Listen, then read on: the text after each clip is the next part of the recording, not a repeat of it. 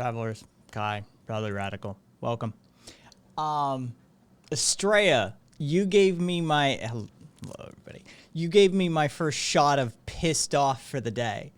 That fucking Bernie article was so irritating. Holy shit. Sometimes I just want to, like, collectively round the left up and give them a good smacking around. Just be like, what the fuck is wrong with you people? You do realize the other side is paying attention, right? Holy shit. Just, I mean, if that isn't the epitome of stupid ass complaints. Duffy, it was some fucking op-ed published by some person out of San Francisco complaining about how Bernie wearing a jacket and mittens to the inauguration was a classic example of white privilege and classism. It was just mind-numbing. Like, you just want to bang your fucking head against the desk. There was, there's literally in the picture, like, they've got the angled shot. So there's people on either side of him wearing jackets as well, right? Like, there's people fucking, like, it just, honestly, it was just irritating beyond belief. It was like, holy shit. This is what the right makes fun of us for. Is this kind of bullshit. Fucking it was privilege, white privilege, male privilege, and class privilege. Hey cat. Hey cat's person. Hey Wither. Yeah, it was, I mean, it was literally, it just, you know, fucking, I couldn't believe this.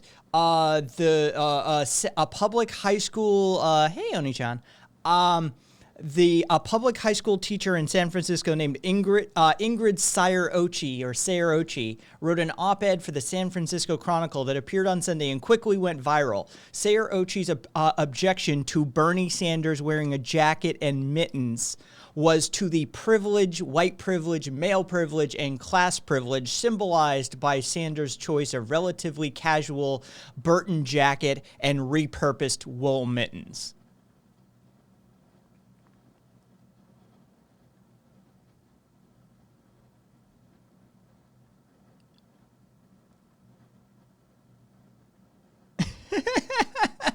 Well, I'm not going to actually time you out, Zealot.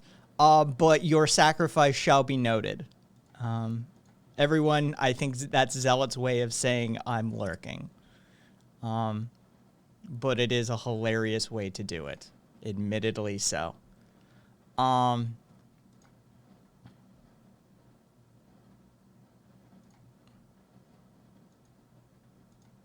your points back, Zealot.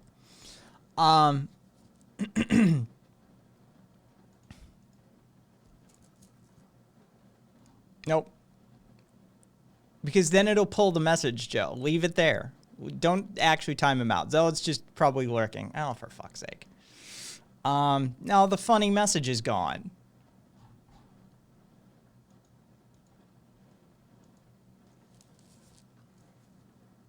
Swear to God.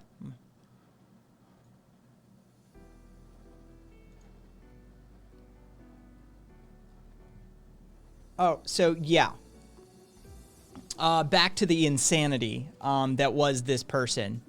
Sayer-Ochi addressed the topic with her students, who she said were also upset by what they saw as the implicit message being delivered by Sanders' choice of outerwear. 100%. I'm totally certain that that's what those high schoolers saw. That when they looked at that Bernie Sanders meme, what they saw was privilege, white privilege, male privilege, and class privilege. 100% that's what they saw. For sure.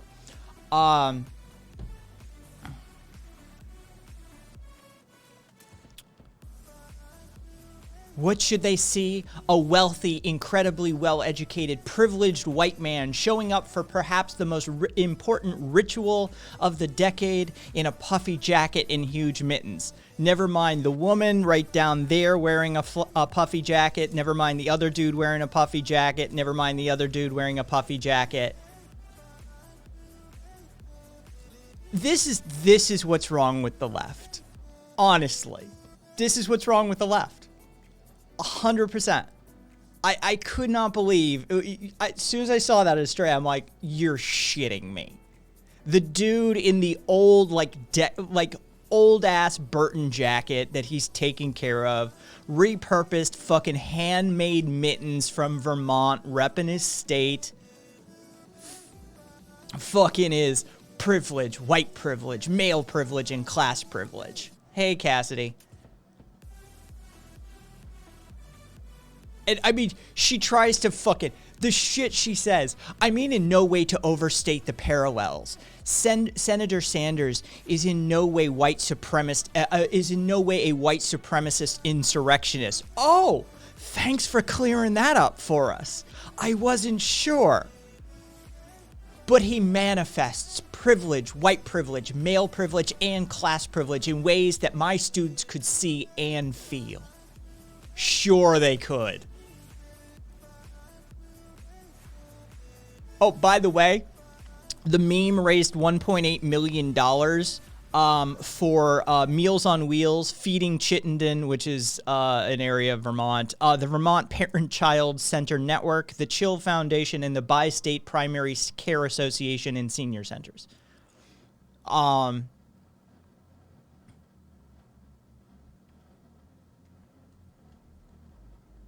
Yeah, exactly, Wither. This is why we aren't taken seriously, is because, you know, thank God for some of the Twitter takes. I mean, this is probably the first time I've ever said that phrase in my life. What fresh hell is this take? I don't even understand. The dude wore mittens and a big coat because it was cold, and then he turned around and raised a ton of money for charity. San Francisco, Brooke. San Francisco. Another take. What a stupid and appalling article. All based on how a Bernie was dressed. As stupid and gross as it gets, it represents a large growing sector of left liberal thought, unfortunately. Yeah. This is the problem. Is that somebody fucking read that article and was like nodding along. Mm-hmm. Yep. Mm-hmm. Yep. It's exactly what that is. Swear to fucking God. That article basically got me out of bed today, to be perfectly honest, Estrella. As soon as I saw that headline, I was pissed.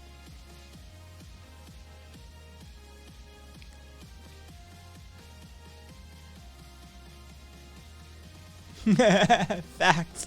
Puerto Rico. It's one of my favorite places on the planet. Honestly. I love going down to Puerto Rico. Untreated trauma is way too prominent in our spaces, and we gotta address it soon. Exactly, Kat. I'm glad to share the rage. Yes, facts. We've talked about, like, behind the scenes, we've talked about it before. You know, whether we want to, like, try it, change that or anything.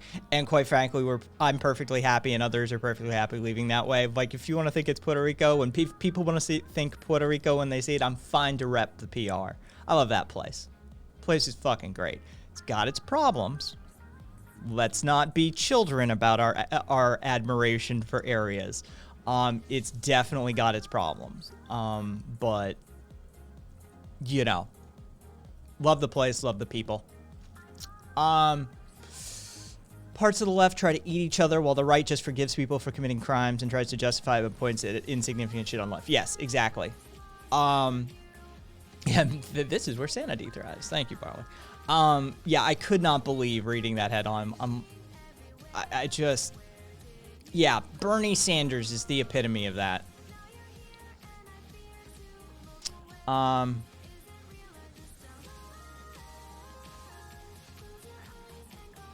Yeah, it is. It's an insane opinion. It's one of those intentional hot takes. Guarantee it. It's an intentional hot take. Well, lots of people on the left were Biden donors. That doesn't change shit.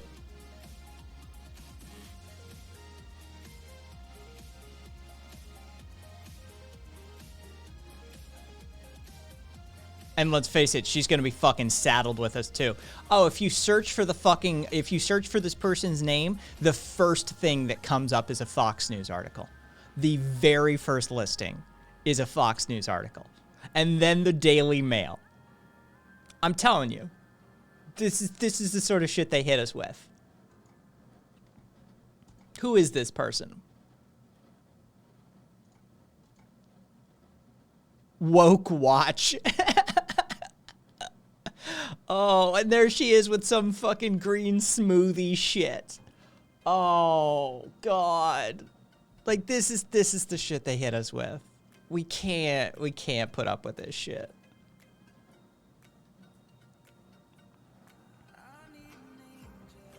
Fucking A. Yeah, we have to call this crazy out when we see it.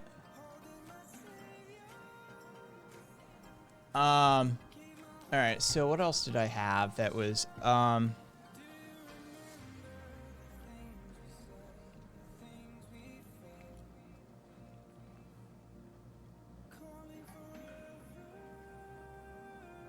signed to cop at birth.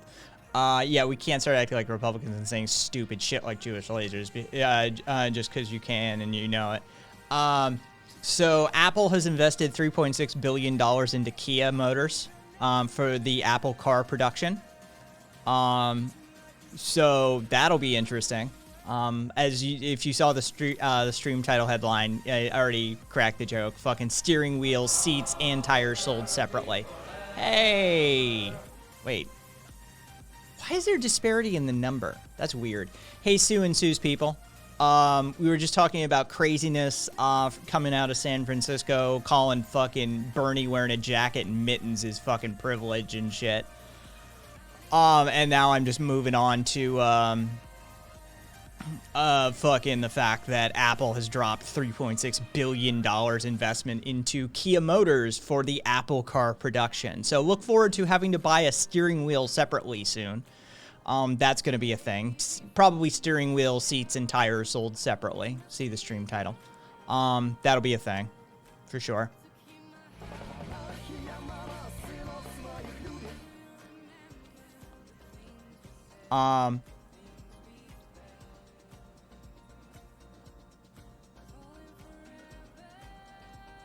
Thank you for the raid, Sue. Thank you for the raid in Sue's party. There you go, Sue. Why aren't you using a North Korean Tank 1040? Adorable. Account created a couple weeks ago. Why aren't you using a North Korean social platform? Isn't it far preferable to a United States exploitative capitalism platform like Twitch? Yeah, it is. Do you have one?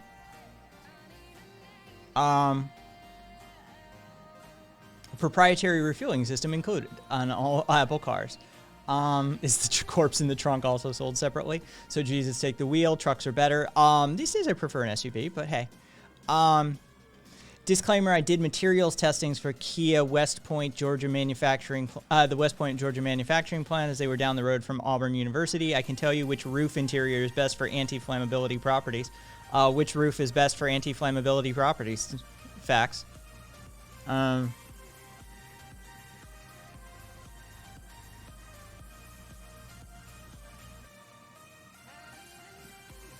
Oh, wow, you got me. You got me. There's inherent problems with our system, so let's not criticize it or improve it in any way, shape, or form, or transition as history has always told us that will happen. Oh, wow. Holy shit. Oh my god, that's such a fucking gotcha, my man. Wow. I don't know what to do. Oh, man.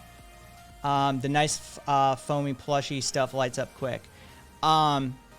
Scary quick.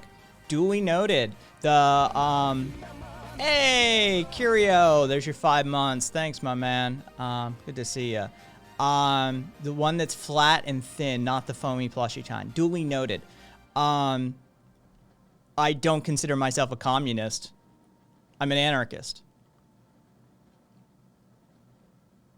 Do you know the difference? Probably not.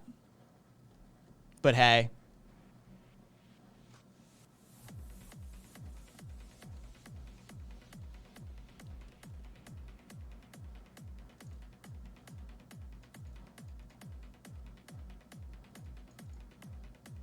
So, you know. Hey, Seller.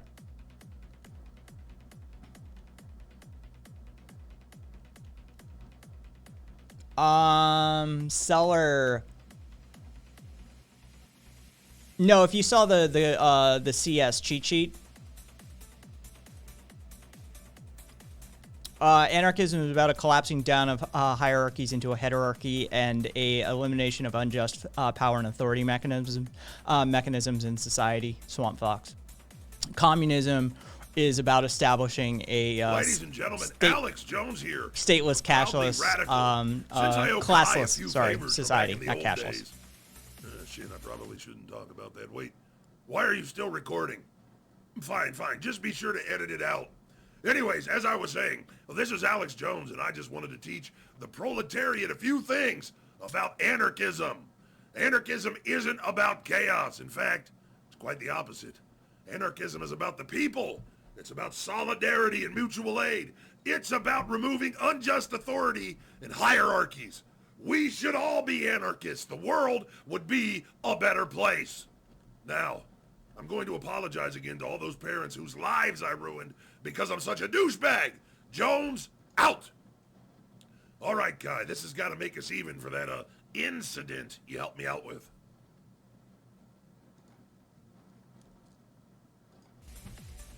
It's too early in the stream to be dealing with chuds. I'm not awake enough yet. I'll probably unban them after like an hour or something if they ever want to come back. But right now, that sort of Mr. Gotcha fucking Ben Shapiro wannabe energy, fucking it can see itself to the door.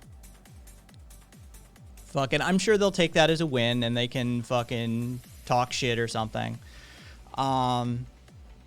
But, you know, good luck, God bless. Don't let the door hit you on the ass on the way out.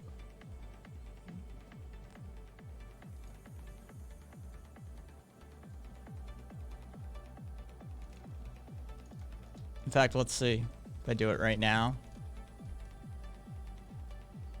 Well, you know what? Let's wait 2 minutes. Anyway, so how was your stream, Sue? Steve Bannon's going to be rearrested? Interesting. What for this time?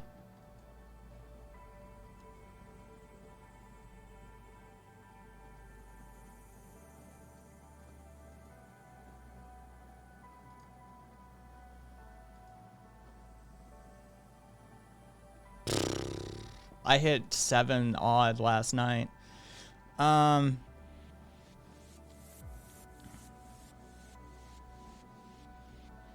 Yeah, tank joke and also an end cap. Yeah, they can fuck off. Neo-feudalist bullshit. I want Daddy Bezos to step on my face with his boot so I can lick it. Fucking, those people are so obnoxious. I'm sorry.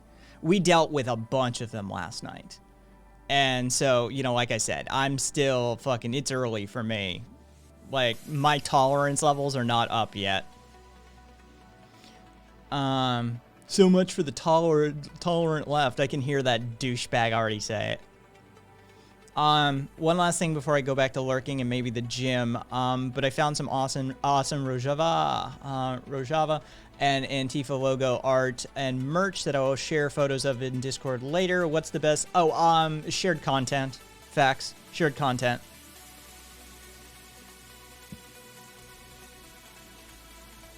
Yes, and enjoy your nap, Sue.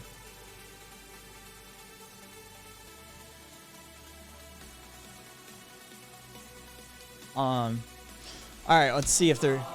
Hey, Momo, thanks for the host. All right.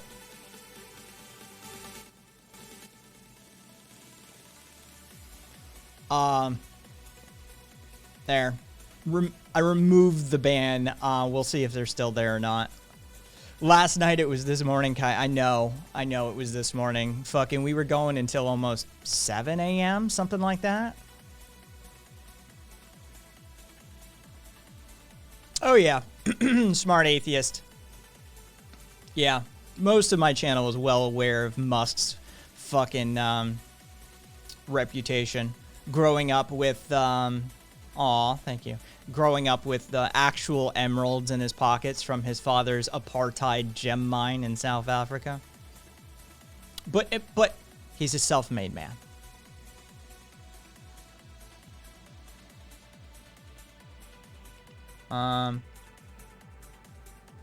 Rittenhouse has another arrest warrant. I don't know. I don't follow that shit. Kanye West has a multi-million-dollar lawsuit package of lawsuits coming after his ass, by the way. Mistreatment of employees and refusal to pay. On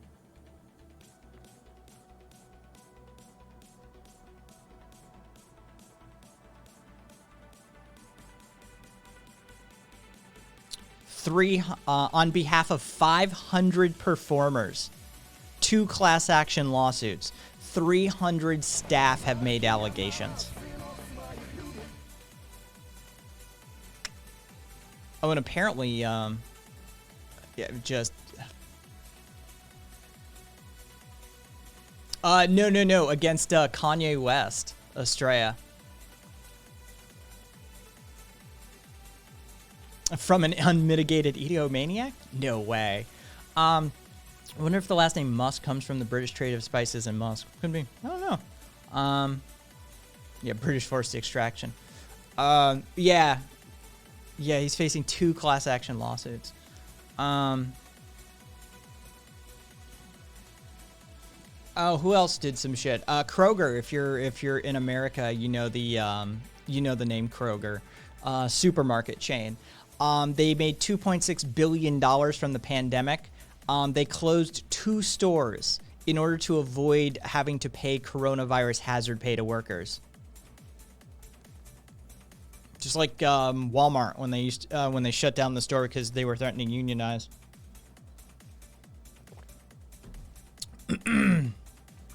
Yeah, why am I not surprised? 27.3% of satellites now orbiting the Earth are of SpaceX's Starlink mission. The space-based wireless internet that Elon Musk is setting up using SpaceX. It's called Starlink. 27.3% of satellites in orbit right now are SpaceX's. They've only launched 946. They plan to put up 40,000.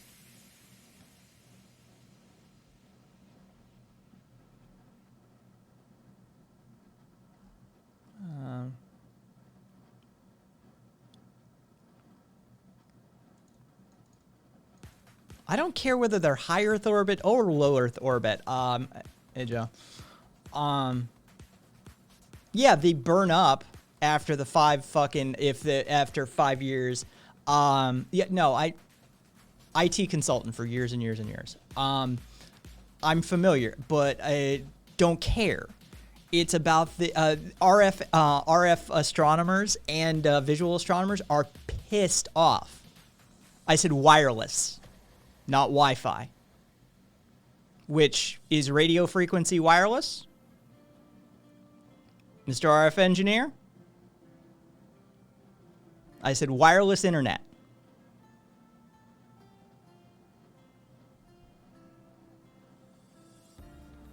There's pushback, seller, from astronomers the world over, but capitalism. Yes, he's also advocating for indentured servitude on Mars.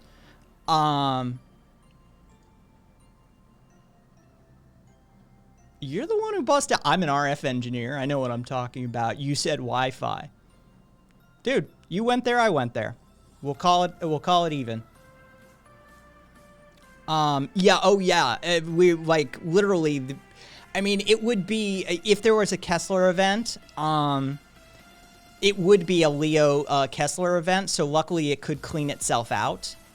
But it would take 5 years to do so.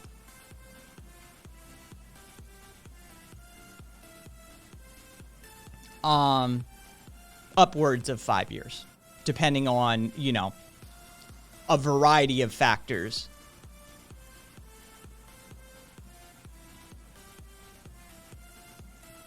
Well, Seller, I think, I don't know. I always associate Bezos with Lex Luthor because he's bald. You know, he's got that shit going on. But I mean, Musk certainly is going that direction, and the whole, like, you can take a loan out to get a trip to Mars, and then work it off once you're there. Dude, that shit's terrifying.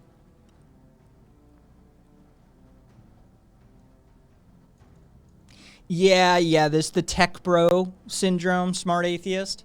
Having grown up in IT, trust me, I've known my fair share of these douchebags. They worship him. They really do. They will defend his actions. Love me some Indentured Servitude Space Edition.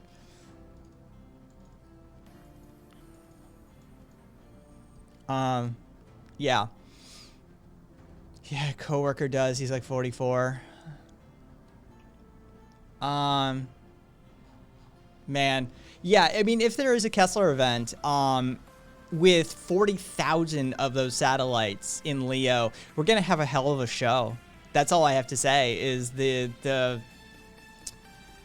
burn up from all of those objects is going to be a hell of a fireworks show. I can't.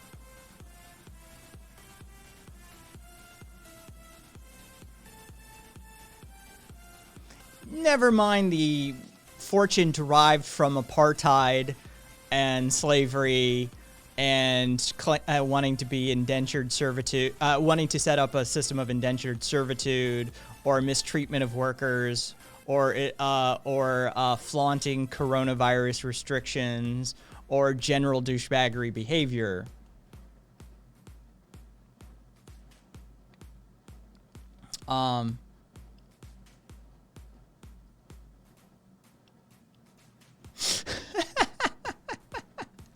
Zealot. Oh, Zealot. To be honest, I would take the trip, see if the work's worth it, and then end myself if it's not. Free trip to Mars. My name's written somewhere, and I can be one of the first to fertilize the planet. And you can catch exclusive streaming of the event on Musk's new Servitude Flix service.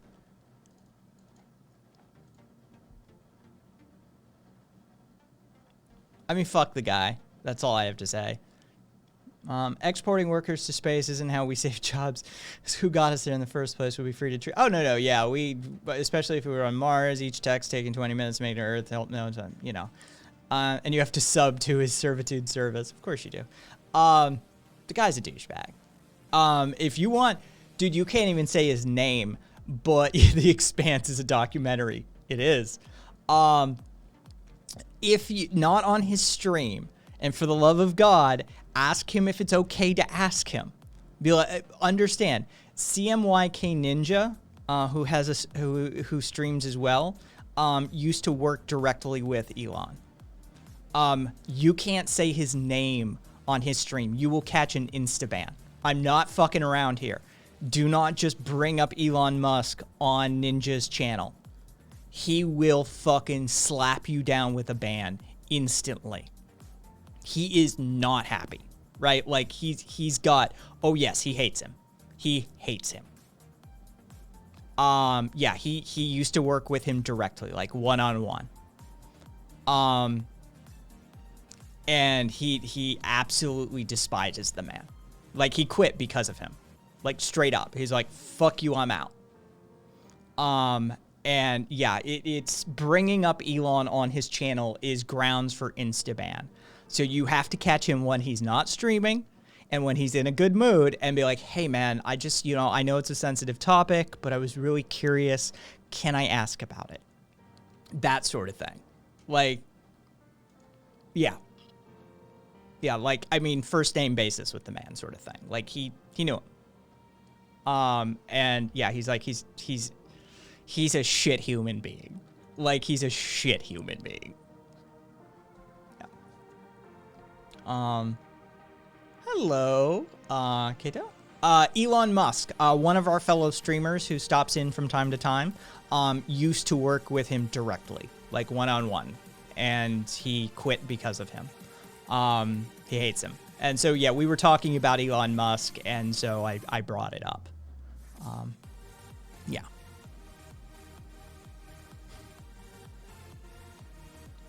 Dog food lid backwards is dildo of God. Use this how you may. Thank you, Curio. Thank you for blessing us with your divine knowledge. That sounds about right. Thank you for the follow, B-Boy. Musk campaigned to shut down clean energy so he could sell batteries to PG&E, which, I mean, PG&E is just an amazing entity unto themselves.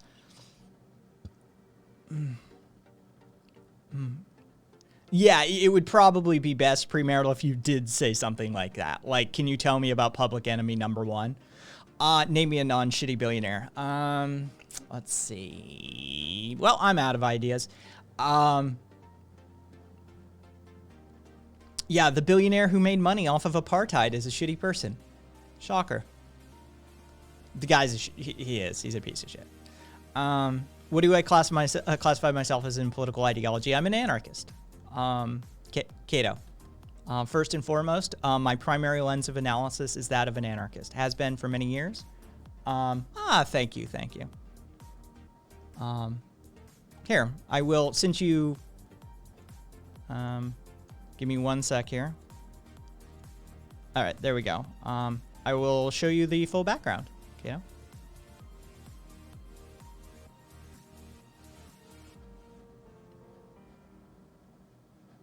And I'm back.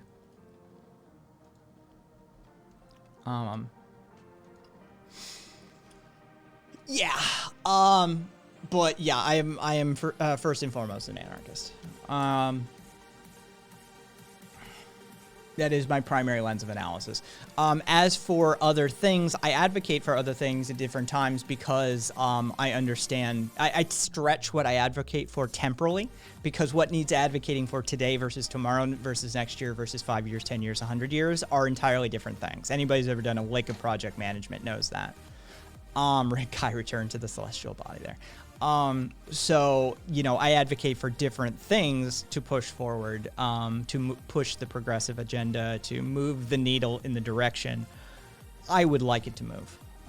But yeah.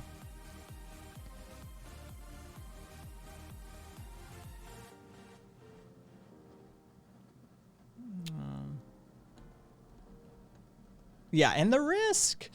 Fucking, Richard Wolff has a good takedown of that risk argument. Fucking, you know, everybody takes on risk. Like, there's employees take on more risk than the employer. It's fucking bullshit.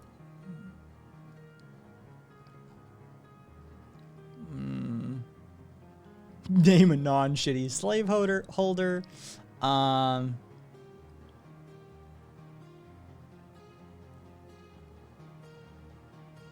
Yeah. Yeah, there should be billionaires.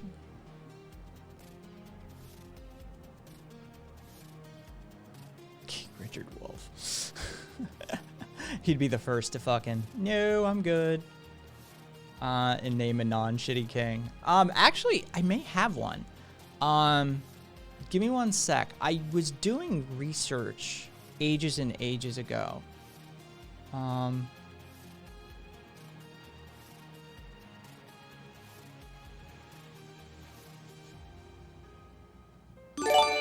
Hey, thank you, Momo, and congratulations, Kat. Chandragupta Maurya. He was the founder of the Maurya Empire in ancient India. He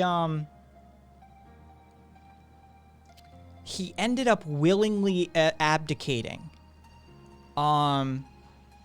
It's one of the few. I was looking into like kings and emperors and billionaires who willingly give up their empire, their throne, their billions, who just say, yeah, I don't want it. And he was one of the names that came up. So there are very few names, by the way. Very few names. Over millennia. I was looking. It's extraordinarily difficult to find anybody who has done. Not Chandra Gupta. Yeah, it's very few that have ever like accumulated that sort of power or been put into that sort of position of power and then said, nah, I don't want it. Don't want it. Would it... Oh, Jesus Christ.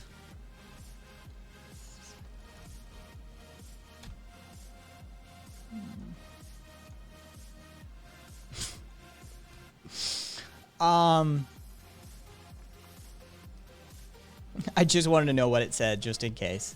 Don't worry about it. Would it be possible within the current system to tax billionaires out of existence, but still let them keep their shit to feel important?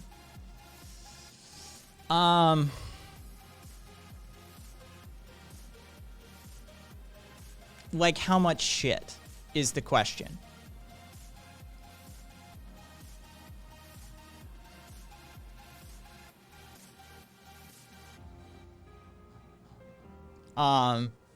Because we could tax them out of existence, 100%. That's easily done.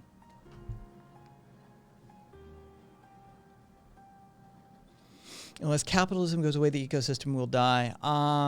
Kato, it's an in-joke. Don't worry about it.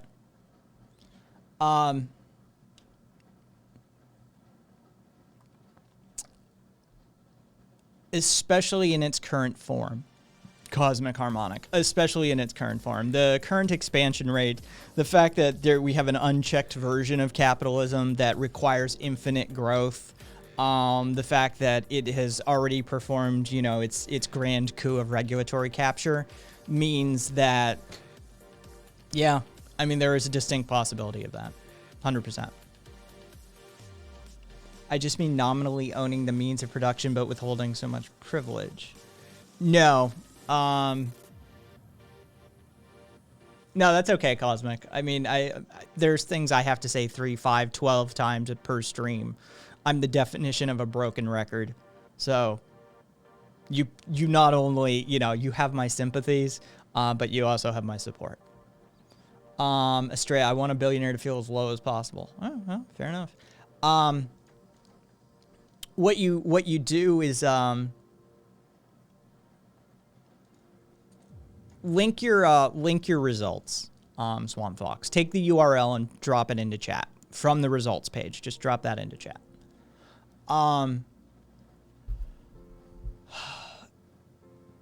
What you do is you say, like, congratulations, you won capitalism.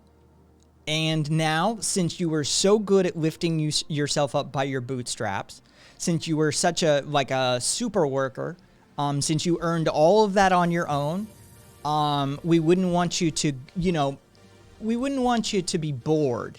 So what we're going to do is confiscate all of your wealth, all of your assets, reset you down to 0, and we'll run it as like a new game plus.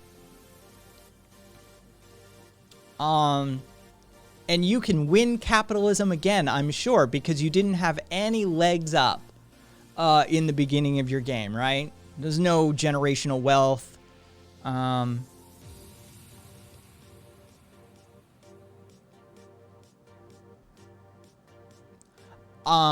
Like prestiging in Call of Duty. Exactly, smart atheist. I don't play Call of Duty, but I get it.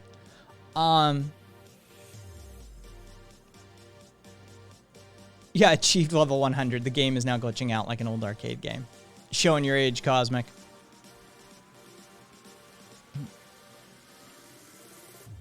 But yeah, I get it. It should, it most assuredly should be, I'd be fine with 100% tax rate above a certain amount. Hey, Twitch.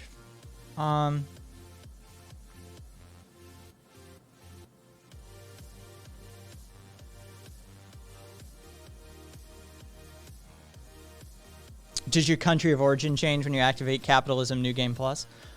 Interesting, Cosmic. Oh, you like your emulators then. Rock on.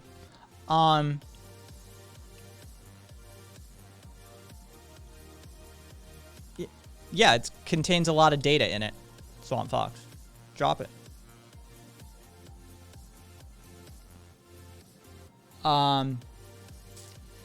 Yeah, actually, premarital. That's a solid feature set that you could implement for New Game Capitalism, New Game Plus. Fucking, and now you start over in Somalia. Good luck. I'm sure you'll do just fine. Because you were like Mr. Super Capitalist, right? Like you lifted yourself up by your bootstraps with no assistance. Let's put a bunch of billionaires all together on a really nice property one of them owns. One that's potentially enough for them to sustain their own community. Fence them in, come back, and see how well those bootstraps being pulled up. Served them with no employees to maintain their lifestyle. We can broadcast it with hidden cameras. Ooh. Okay, I'm for that. I'm down. It'd be amusing.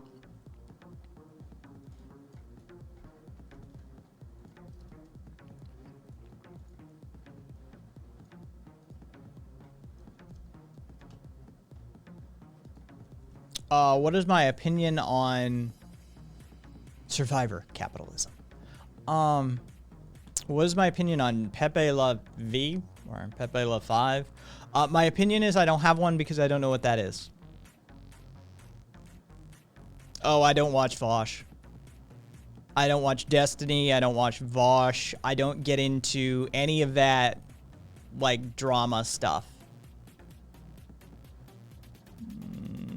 Where?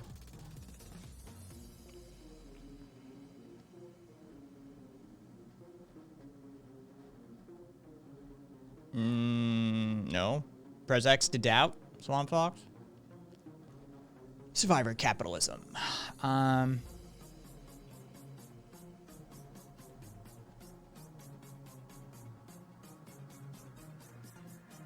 Yeah, so my opinion on Pepe La 5 or Pepe La V or whatever the fuck it is, Kato, is that I have literally no opinion because I don't know it. So either feel free to fill me in or leave me in the dark because, quite frankly, the levels of drama that tier of streamer gets up to, I find intolerable. Constant infighting, constant bickering, constant fucking feuding. People wonder why the fuck we can't get on with shit.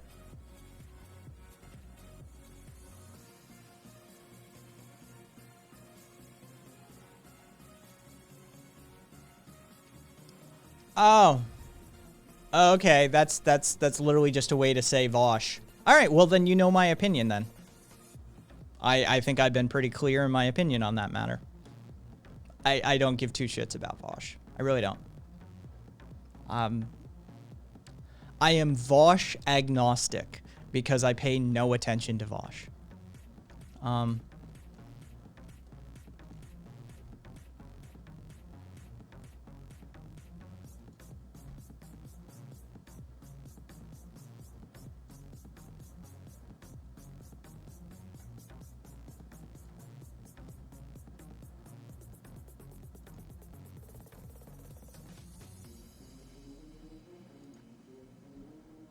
Somebody got to use him.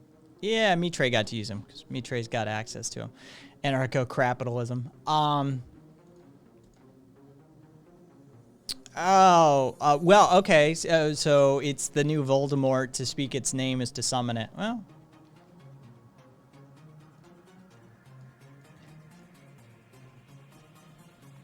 Interesting. Yeah, I don't have any opinions on those people, really. Other than they have entirely too much drama.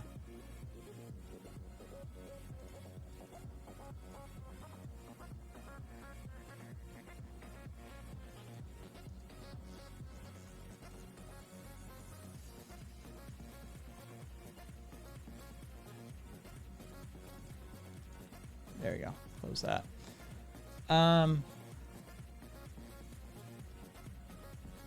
Because it's timed out for a certain amount of time after its usage.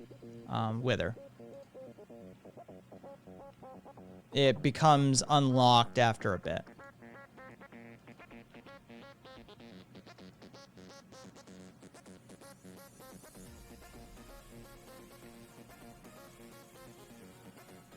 I think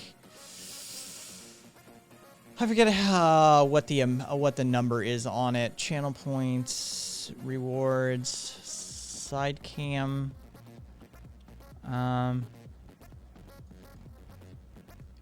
There's 10 minutes. I'll hit refresh on that.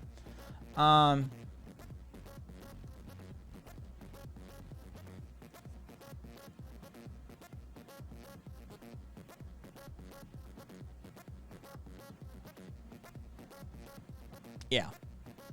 That's how that works. Is it's got a timeout on it. That way people aren't continually fucking pegging that side.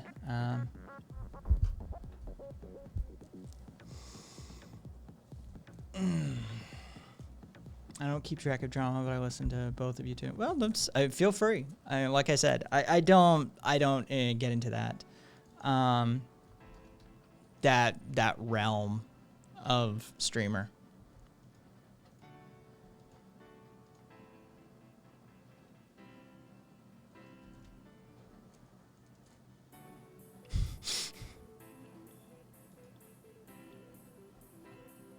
Well, I have control over that, whether. No, we're not doing a permanent side cam view. Fucking, it's obnoxious. Hey, Angie. 45 minutes to clear off snow. Miss New England yet?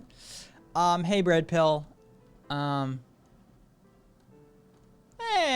Momo's and Anson.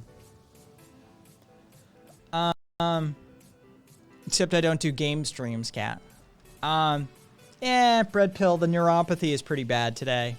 And I just moved my contacts doing that. The neuropathy is pretty bad today. Had to ban somebody right after I started the stream because they were fucking one of those fucking gotcha, you're a communist fucking douchebags.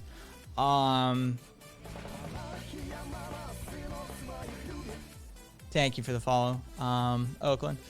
Other than that, you know, it's just been, other than that one person, it's been pretty fucking smooth. We've just been talking shit about billionaires and talking shit about Elon Musk and, you know, saying how bad the fucking Starlink constellation system is, and how it's screwing up astronomy already. And it's not even close to being fully implemented. And Angie, no, I don't miss that sort of shit. One of those dastardly pinkos. Exactly. Never mind the fact that, you know, theoretically I wouldn't be a pinko. I'd be fucking black.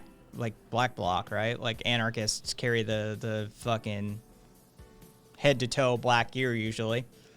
But hey, you know, whatever. Call me pinko, red. Yeah. So, you know, I banned them and then unbanned them 2 minutes later after they were gone. Fucking, because quite frankly, I just wasn't in the mood to deal with it. Any other day, I probably would play around with them. Anarchism is just political emoism. Oh,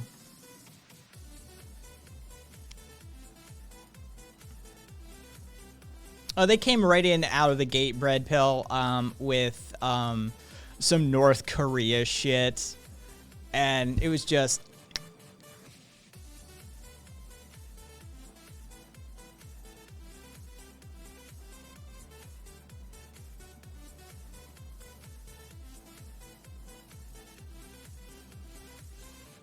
no, I've never heard that song, Cosmic.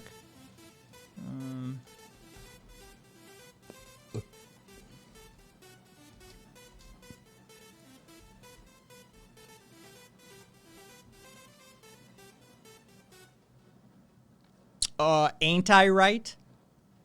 Is that the song title? Cosmic? Ain't I Right?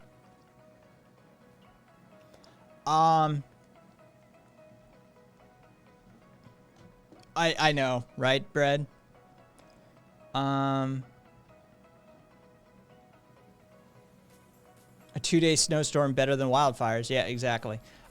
Favorite video game, Hitman series, World of Assassination, 2016 to 2021. Kato. I like sneaky, stabby stuff. That's my wheelhouse.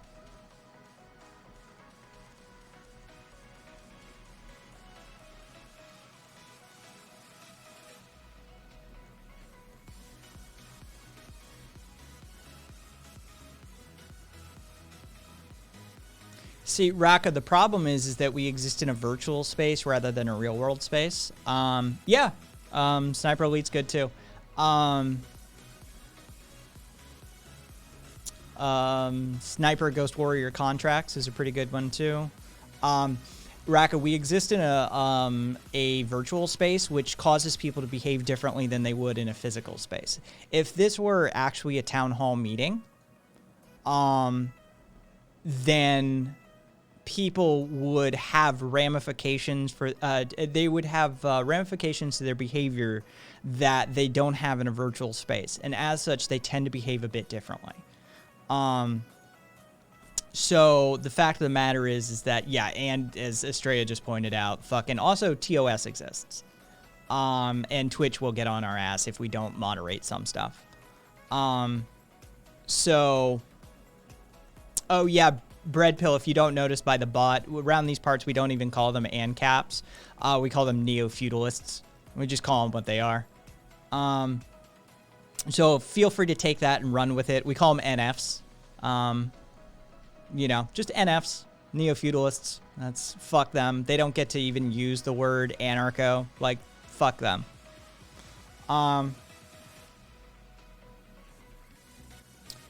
Let's see.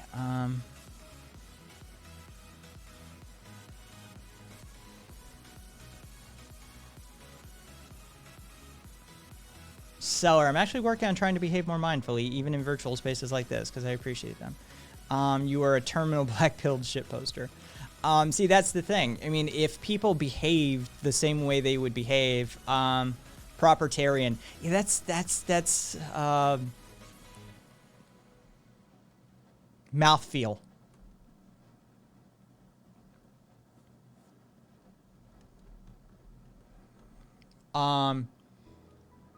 Yeah. Yeah, so, you know, if people behaved the way they would in actual physical spaces, knowing that if they ran their mouth off the way they do in virtual spaces, that they'd probably get their fucking, you know, shit kicked in. Yeah.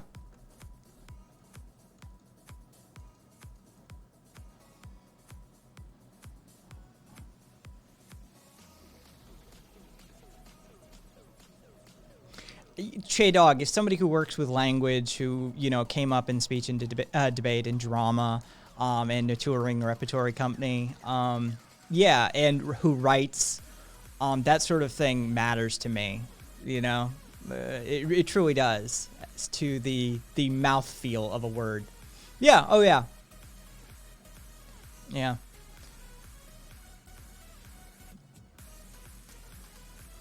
You know, neo-feudalist. Neo-feudalist. You know, it's got the to it, whereas propertarian, you know, has that hard P out of the gate. Yeah.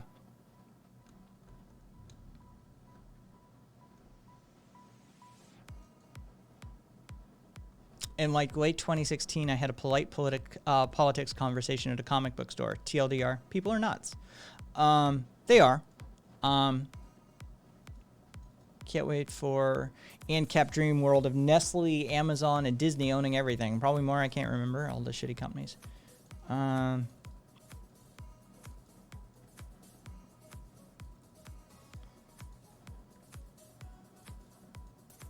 Yeah, I don't agree with that portion of Newman, Raka.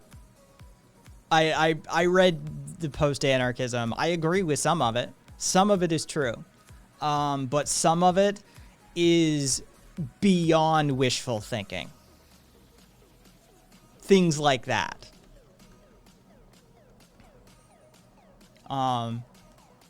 Yeah.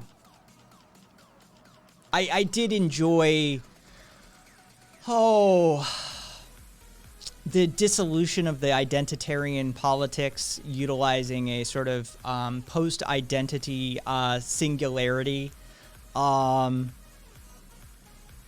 That was useful praxis. The sort of the reference to the coming community, which is, you know, the dynamic formation of the singularities into a a non-singular state entity that that is constantly in flux, useful. But I mean, a lot of his like linguistic limiters and how language restricts us. Yeah, of course it does. But I mean, what else are we gonna fucking use? We don't have neural umplinks yet. His cat said, "Are we gonna return to Ooga Booga?" Like, we need to be able to build spaceships and engineer things and, you know, communicate how we're going to effectively mitigate climate change. And we can't do that without some form of language. We just can't. So a lot of what he was writing was fucking insanely wishful thinking. But like I said, I appreciated a whole chunk of it. I'll steal a couple of ideas.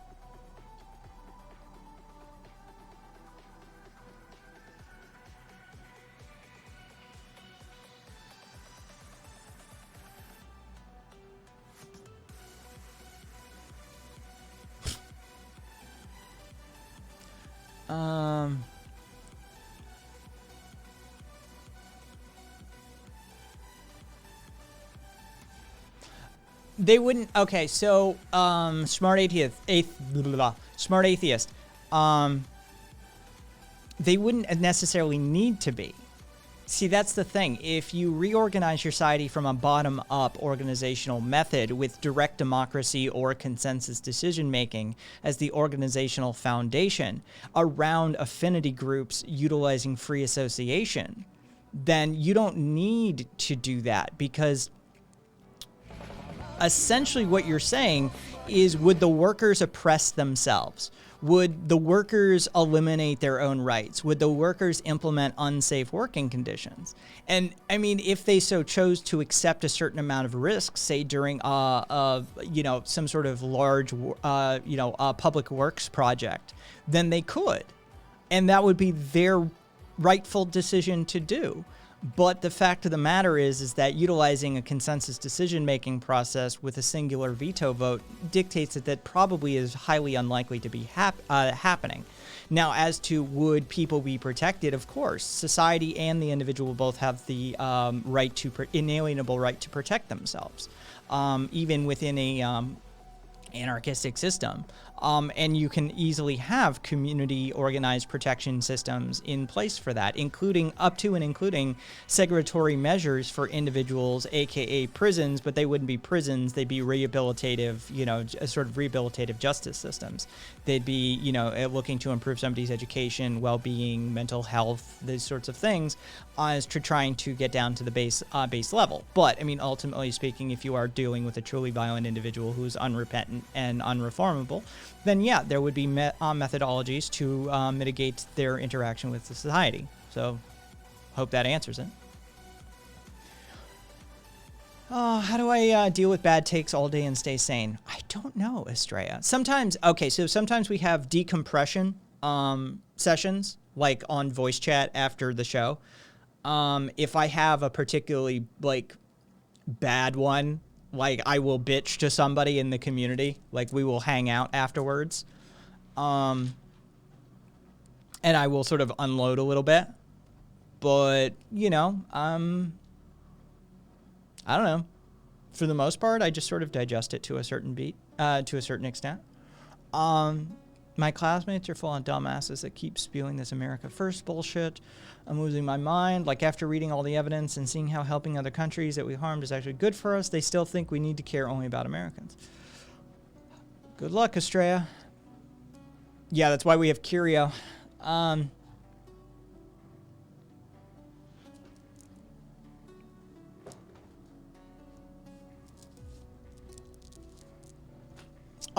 Also understand, atheist, there is also a form of post-left anarchism that seeks to divorce itself from leftism. So just be aware that that's out there. It's really not apropos of anything more than implementation of a leftist society, because there is a form of anarchism that seeks to eliminate the inconsistencies within leftist ideologies and separate themselves from it. And it's called post-left anarchism.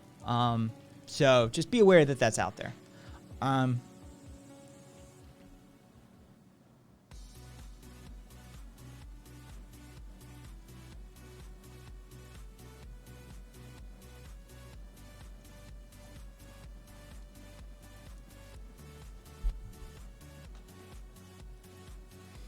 Estrella. Yeah, that was Estrella, right? Yeah, Estrella. What like education level are we talking about? You're talking classmates, so I'm assuming college at least, right?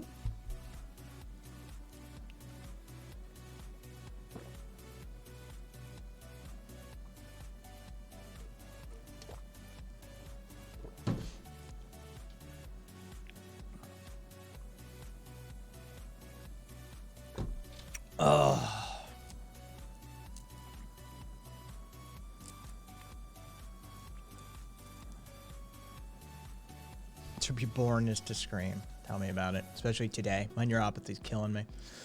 Well, they don't exactly taste good, Momo. You know, it's one of those.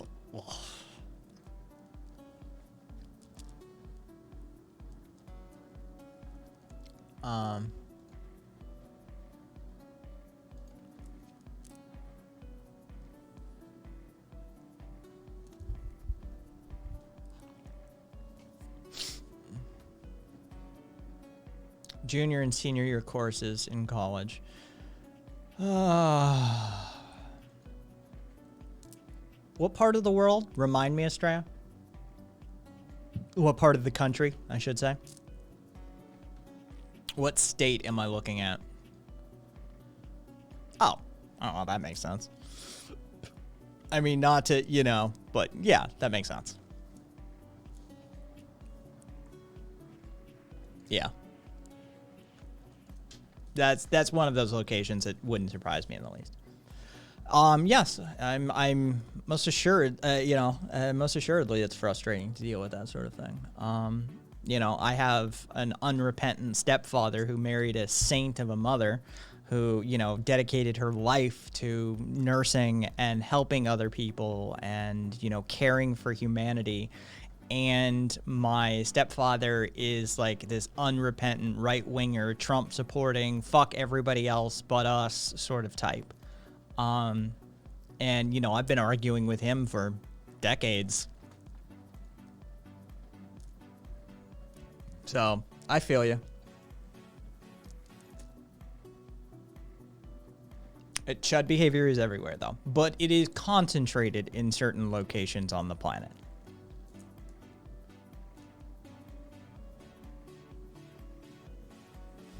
One of the few places that makes me feel thankful to be in Kansas, of all places. Hey, Momo, have you visited the hill in Kansas recently? The one hill you guys have? Jesus Christ. Fucking state is so miserable to drive through. I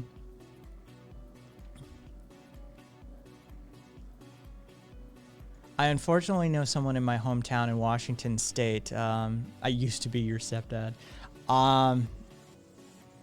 Well, politically, I'm sorry.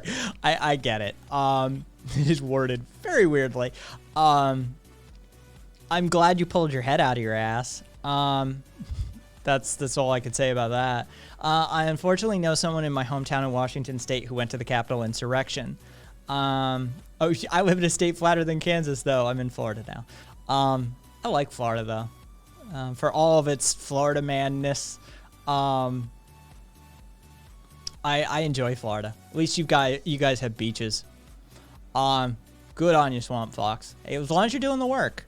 Look, everybody starts at a different position. Everybody moves at a different rate. Everybody learns at a different speed. But as long as you're looking to progress, as long as you're not stationary, that's what matters.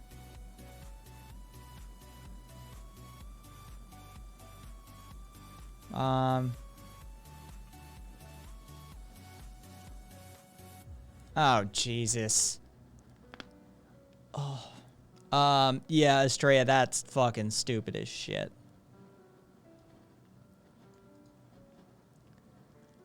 What branch? Swamp.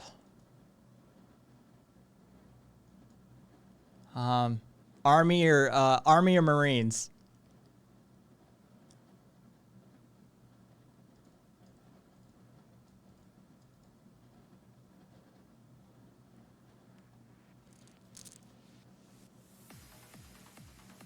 Marine. Yeah. Oh, I know USMC. I'm in an Air Force town. Vegas, for those of you who don't know, is actually an Air Force town. We have Nellis here, and we have, of course, Area 51. Just Groom Lake facility. But okay, so the Marines, yeah. Fucking what's the classic? So do you still eat crayons or not? For those of you who don't know, the Marines are called crayon eaters. Amongst the rank and file, especially with the Air Force. The Air Force likes to hit them with that, aka the chair force. The ones who can't pass their PT exams if they fucking paid somebody. Red flavor is the best. Rock on. My neighbor was former Air Force. I actually worked RF like you. Hey, Swede. Yeah, he worked RF, but he worked it up at Groom Lake. He was an Area 51 engineer. My little sister's boyfriend's mother, who I had to meet before, unfortunately, is an anti-masker who's scared of the vaccine and a full-blown QAnon follower who thinks Trump won and Dominion rigged everything. Oh, that's lovely. Good luck with that, atheist. In the Navy. Will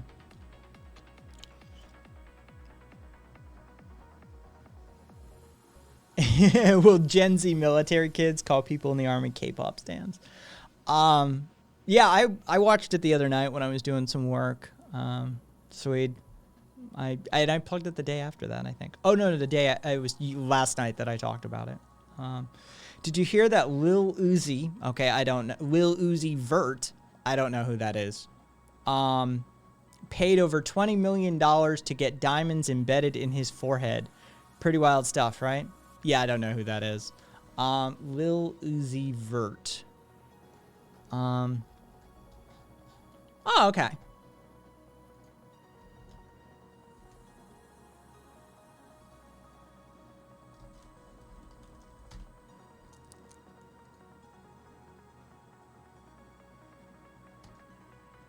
Oh, Jesus fucking Christ. I'm looking at the picture right now. Who? J Miles, God damn you for even telling me that this is a thing. Holy fuck. For those of you who are like me, who either don't know who Lil Uzi Vert is or aren't aware of this shit fuckery,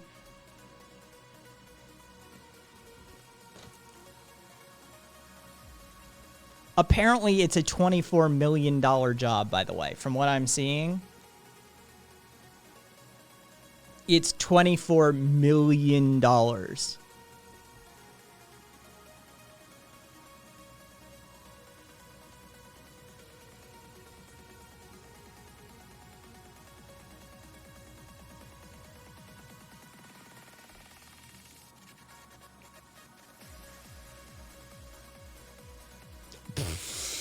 Estrella, you think it's helping my faith in humanity?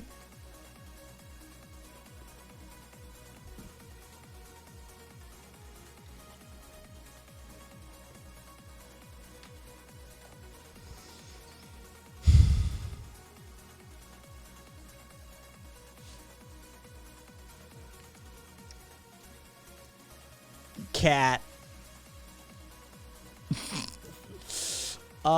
This was a hit of his. Nice track. Yeah, this was a hit of his. Nice track. No, I'm good.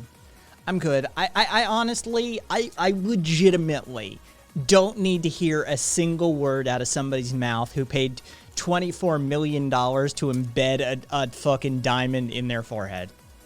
Sincerely. I don't care how amazing of an artist you are. I don't care, like, I don't... It's emo hip-hop. Who's my favorite mumble rapper? He pulled himself up by his artistic bootstraps and got rich. He actually makes half decent tracks, so yeah, I don't care. I legitimately don't care. Marilyn Manson stands him. Isn't Marilyn Manson in trouble again or some shit? I saw him make headlines too. If you're willing to spend $24 million to embed a fucking diamond in your forehead like a fucking dumbass, and there's people still starving in this country, if there's still homeless people, then you can just shut the fuck up. I don't care. I legitimately don't care about anything you have to say.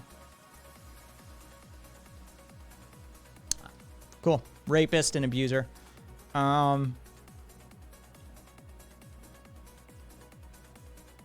Yeah, I don't... I'm sorry. It's just the truth of the matter. If you're capable of spending that kind of money, like, no, you're out. Like, you're off the roll call. Lil any rapper is 99% probably terrible. Yeah, exactly, Estrella.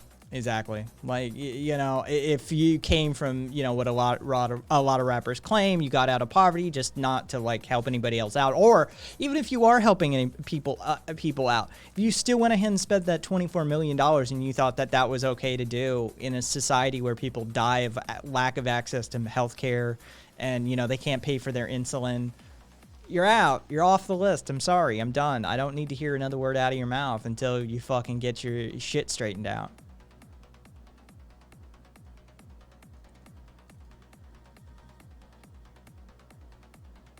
$11-carat pink diamond worth approximately $700,000 per carat, so it's a $7.7 million gem. I'm seeing reports of $24 million, but I mean, who gives a shit, right? Like, either way, it's 7 to 8 digits worth of currency to embed a stupid fucking diamond in your forehead.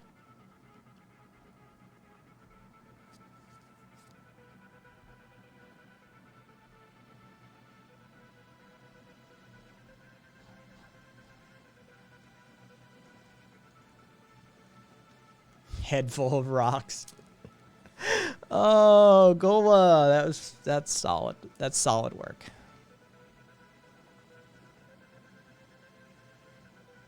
Had an interesting cartel documentaries lately. Shit's so fucked. It is. Especially when you start looking about the divestment into other industries. Watch somebody rip it out. Imagine getting jacked. Just knocked to the fucking ground and just like a fucking earring out of your ear. Oof.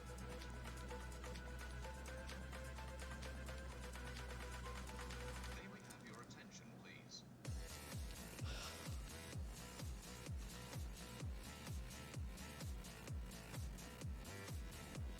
When are we gonna get to the real rapper of the people?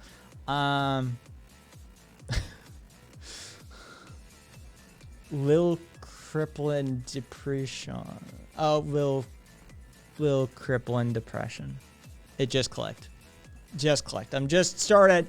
I'm like, wait, let me. Oh, fuck you, premarital. Fuck you and your PhD in English. Solid work though, premarital. Did somebody forget to tell him that they make stick-on rhinestones? Yeah, Cat, like, if you punch him there, I bet fucking something like... Interesting. Go, go, Power Rangers. Buckethead. Yeah, actually, I'll get behind that.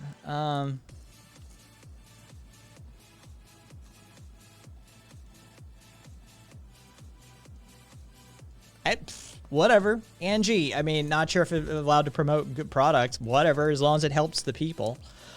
Good RX prescription discounts have been so helpful without health insurance. Thyroid meds were cheaper through them than compared to when I had coverage. There you go.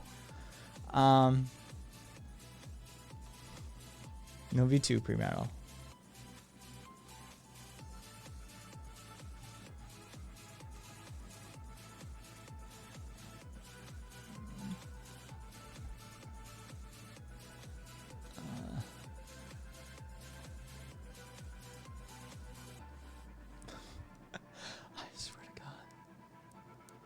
Is what?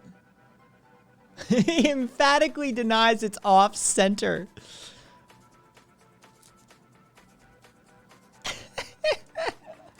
Oh, that's what he's concerned about. Please do not leave cases or parcels. Wyatt Crooked. Oh, so that's what he gives a shit about. Is that people were saying it's crooked. Oh, talk about pathetic. Mm.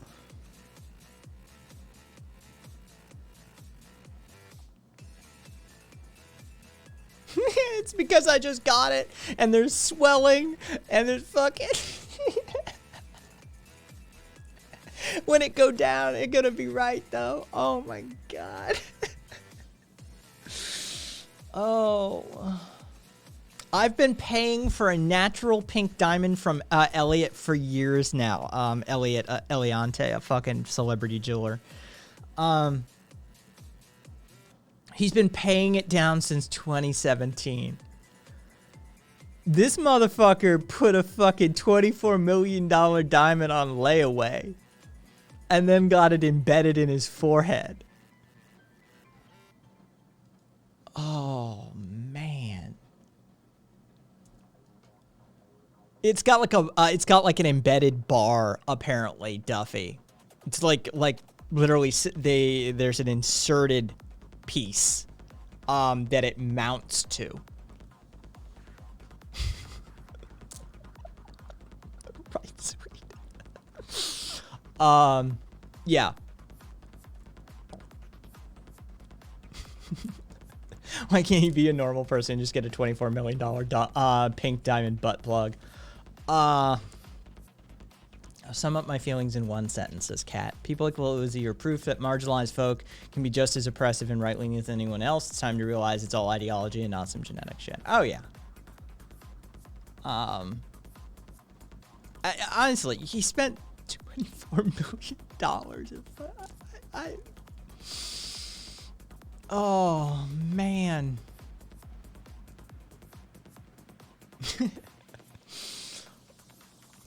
Who brought this shit up? Which one of you motherfuckers brought this dumbass to my attention? Thank you for the laughs. At first, I was bothered that I have to know who the fuck Lil Uzi Vert is. But to be perfectly honest, this has given me a right proper giggle. And thank you to whoever brought this to my attention. This is hilarious. This is fucking brilliant. J Miles did and left. Okay. Yeah, well, next time I see J Miles, I'll have to thank him. Fucking amazing. This is fucking amazing. Honestly. I just want to flick it. I want to see if it spins, right? Can we put it on a bearing and get it like I want to see if I can spin it.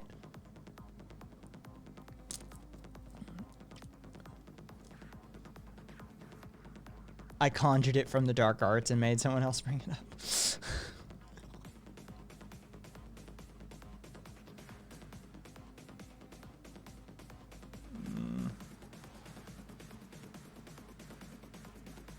Yeah, it just, holy shit.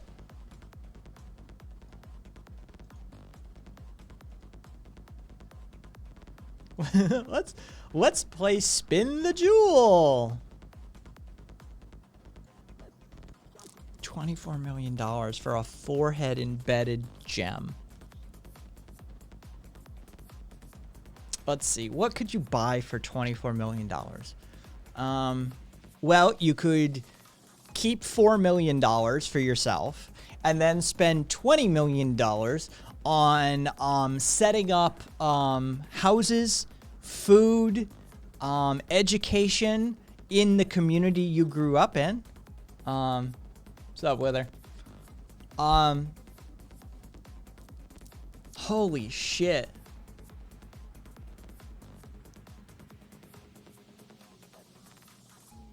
$24 million Rolo packs.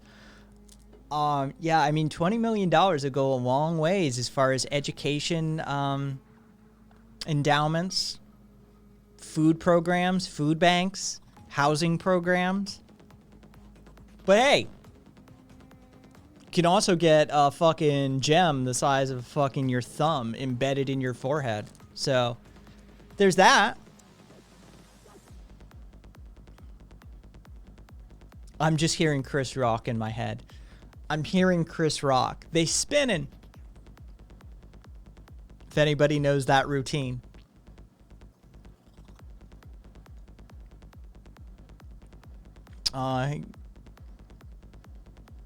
He's more of an opiate and Xanax type dude. Interesting. Good to know. His shit isn't cocaine.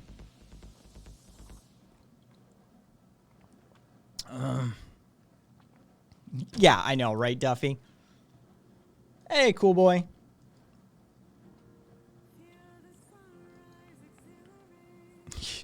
Maybe it's powered with Super Saiyan Crown Chakra energy. It better be for that price.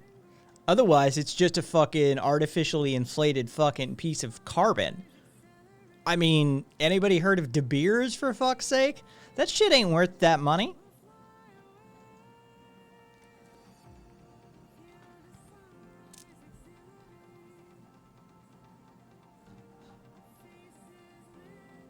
So I'm sure I did something like that in middle school.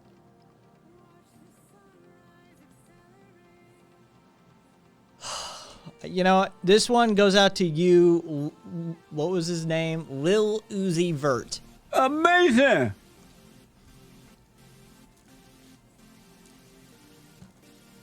Fucking amazing.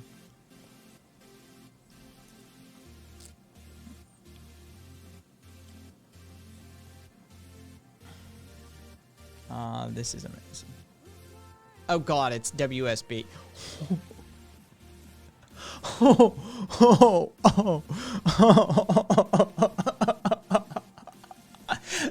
Hey, Swede. Check the screen.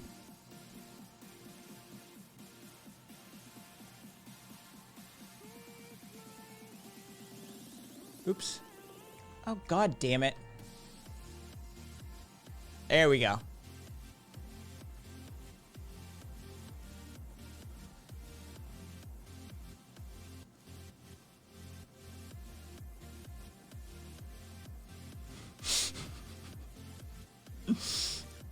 I can hear Swede right now. I can hear Swede.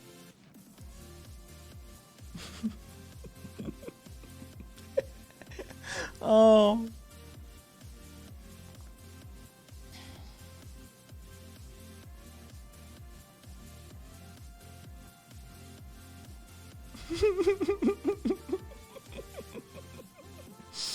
Oh.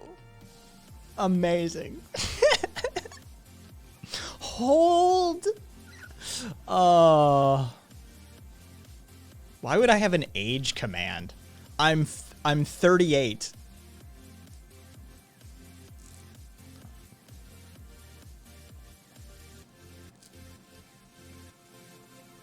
I know, right? Like it's weird. Cup size. Last of the Immortals. Yeah. Social security number. That's amazing. Waist size. I think I'm about like a 30 waist size. Yeah. Oh, love you too, Steven. No, I've weighed the same for years and years and years. Just the way it goes.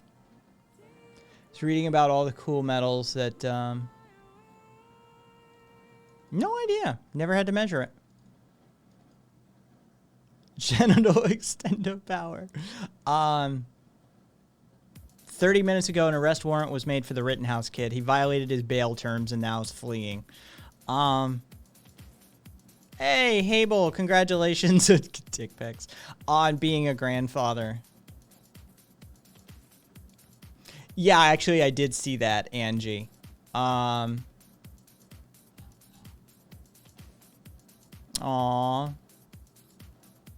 Love you too.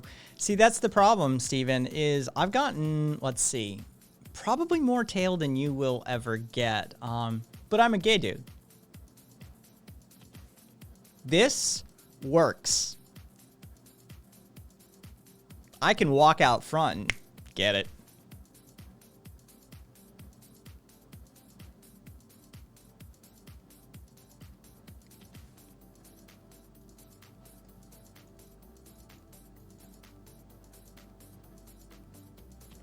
Is Shittenhouse did an OJ? Let's look into it. Bail violation.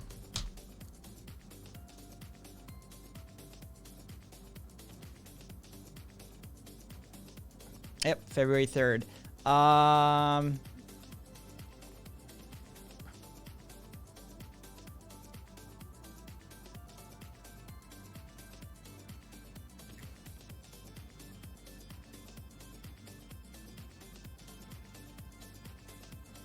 Yep. That's a solid bail violation. That motherfucker gonna sit in jail now.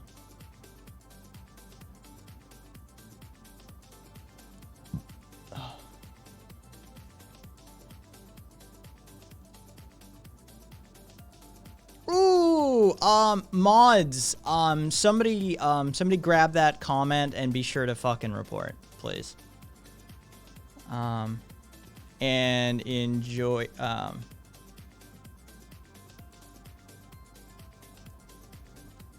see.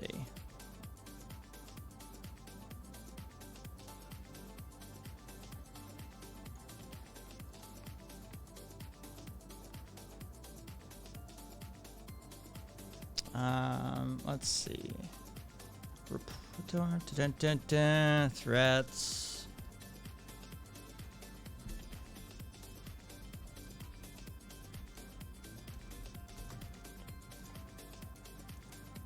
Close. And then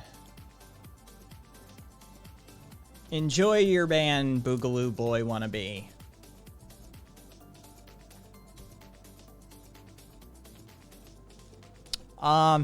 Swamp Fox, right-wing chuds who are encouraging a civil war, who are looking forward to shooting people because of that sort of shit. Yeah. You know, the typical right-wing chuddery.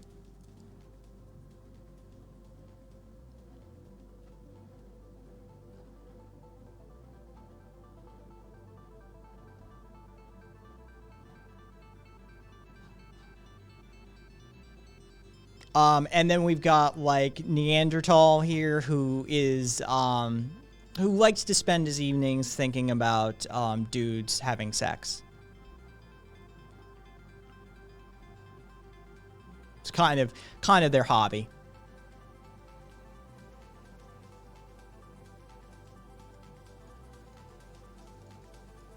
Yeah, I know, right, Swamp?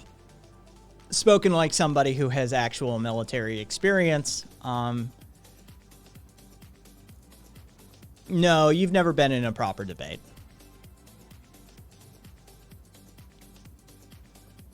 You think Ben Shapiro is debating, right? Like that's your idea of debate.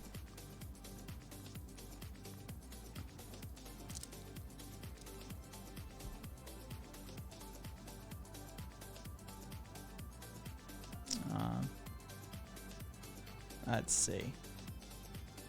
Yes, people who look forward to shooting people who have never shot people. I never want to pick up a gun and do that again if I have a choice. Spoken like someone who's actually been there. Ben Shapiro's wife is a doctor.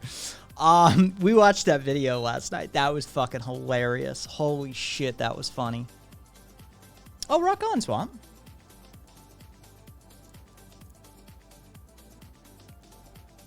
I mean, if you want, Cat, I don't think they're going to argue in good faith.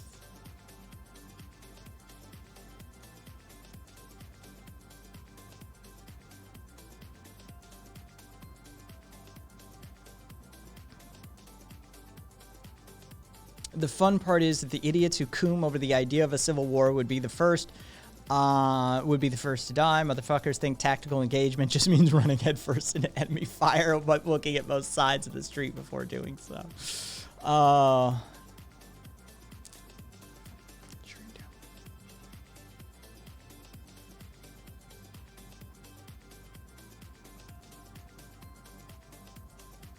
Hey, whose chat just got out? I've never, I've seen Destiny once on JLP. I don't watch him. I don't know much about him.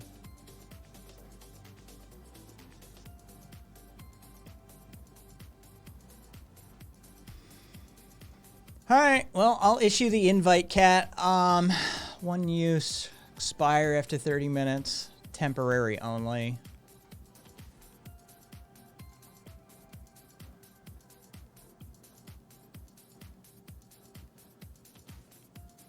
All right.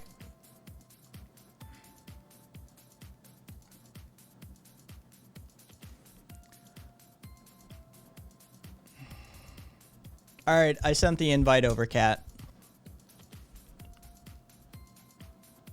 Sounds good. We'll see how that turns out. I'm just, I've been hankering for one. Swamp Fox. One of the main reasons I left the right is because everyone's out of their fucking minds lately, and I'm tired of seeing the same talking points and Snowflake being used so much. Where did the hate for snowflakes even start? I'm really curious about that one. Honestly, it just sort of cropped up like during the anti SJW fucking Joe Rogan sort of era. I just want to find that origin point, Just we know what was the insight? Yeah, I mean, we know the origin point at least. It's oh yeah. Fight Club is the origin point of the term. Man, I really need to start watching movies. And well, technically book and then movie, but yeah, it's literally the origin point is for Fight Club, and there's even we have a command that explains it. It was Fight Club quote. A satire written by a gay man about how male fragility causes men to destroy themselves and resent society. Tyler Durden isn't the hero, but a personification of the main character's mental illness, and that his snowflake speech is a dig at how fascists use dehumanizing language to breed loyalty from the insecure. People who use snowflake are quoting a domestic terrorist who blows up skyscrapers because he's insecure about how he is in bed. Fuck. Yeah. So it's just another case of conservatives not understanding when they're being made fun of. Yes. Okay. Literally 1984. Am I right, boys? Neanderthal. Check your whispers. You've got an invite. Are you in? Oh, they're in the server. So you have to go to voice chat. Yeah, and then we'll bring you up. Oh,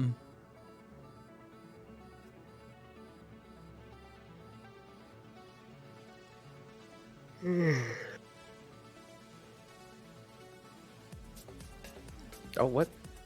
Oh, what'd they do? Created an account 9 minutes ago, and they walked in and started talking shit. Oh, okay, cool. No, the link is valid only once. So, Kat, are you Phil schooled or anyone I'm guessing is consequentialism or those are words to put together.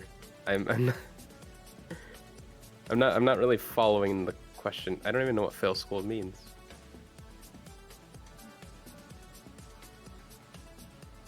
Cartesian carte blanche.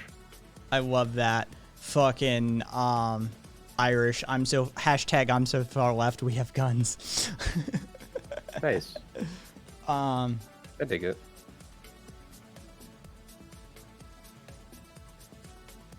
Phil is a sexy dead white guy. Fair enough. I'm still confused here. Real lefties have rusty pipes. I'm gonna give that a minor true.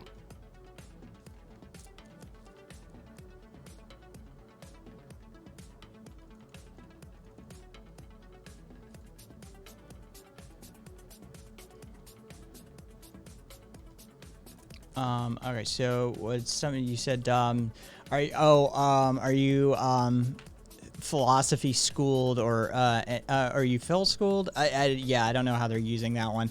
I'm guessing consequentialism is a more primitive Cartesian carte blanche. Cartesian philosophy is reason over everything else and the mind being wholly separate from the corporeal body. It's really fucking weird when you get down to it. But Sounds like some Austrian school shit. well, I mean, he is fundamentally. Where was Descartes born? Off the top of my head, I don't know. Let me look it up. Sounds French to me. Oh yeah, he's French born. Just want to make sure. But yeah, it's the like reality is like the perception of reality is the source of the untruths. So it's that sort of yeah, it's that sort of school. I would actually kind of agree with that statement. That's the sad thing. Estrella, it's anarchistically organized communism. If you move off of the on-air channel, we can't talk to you. How many people I have? don't think he was ready. So yeah, Estrella, it's using anarchistic organizational methodologies to implement a classless, stateless society of resource sharing at its core. That's what that's about. So you've heard me explain anarchistic organizing principles enough. I think you can put that together, Estrella. Another dude was fighting me about War on Christmas, the Swamp Fox. Che's just going full 420 on this one. Just like, fuck it, 420 time.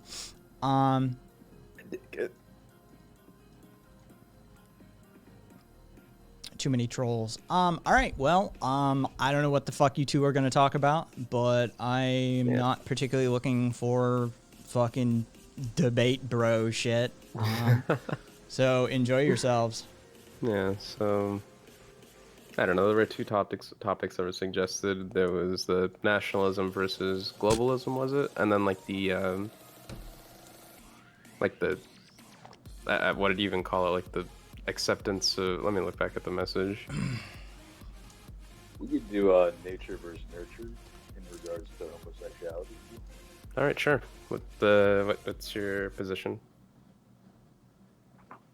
I think for sure there's a genetic component. I would estimate, like we don't have any hard numbers on this stuff, but I might give it a 20 to 30% genetic component, and I think there is a huge environmental component. What do you think?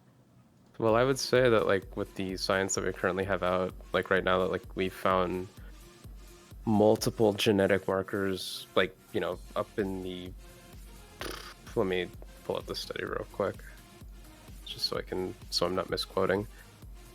But like point is that we found like tons of genetic markers that are like we can't deny them anymore. Like the people are just kind of born towards that predisposition.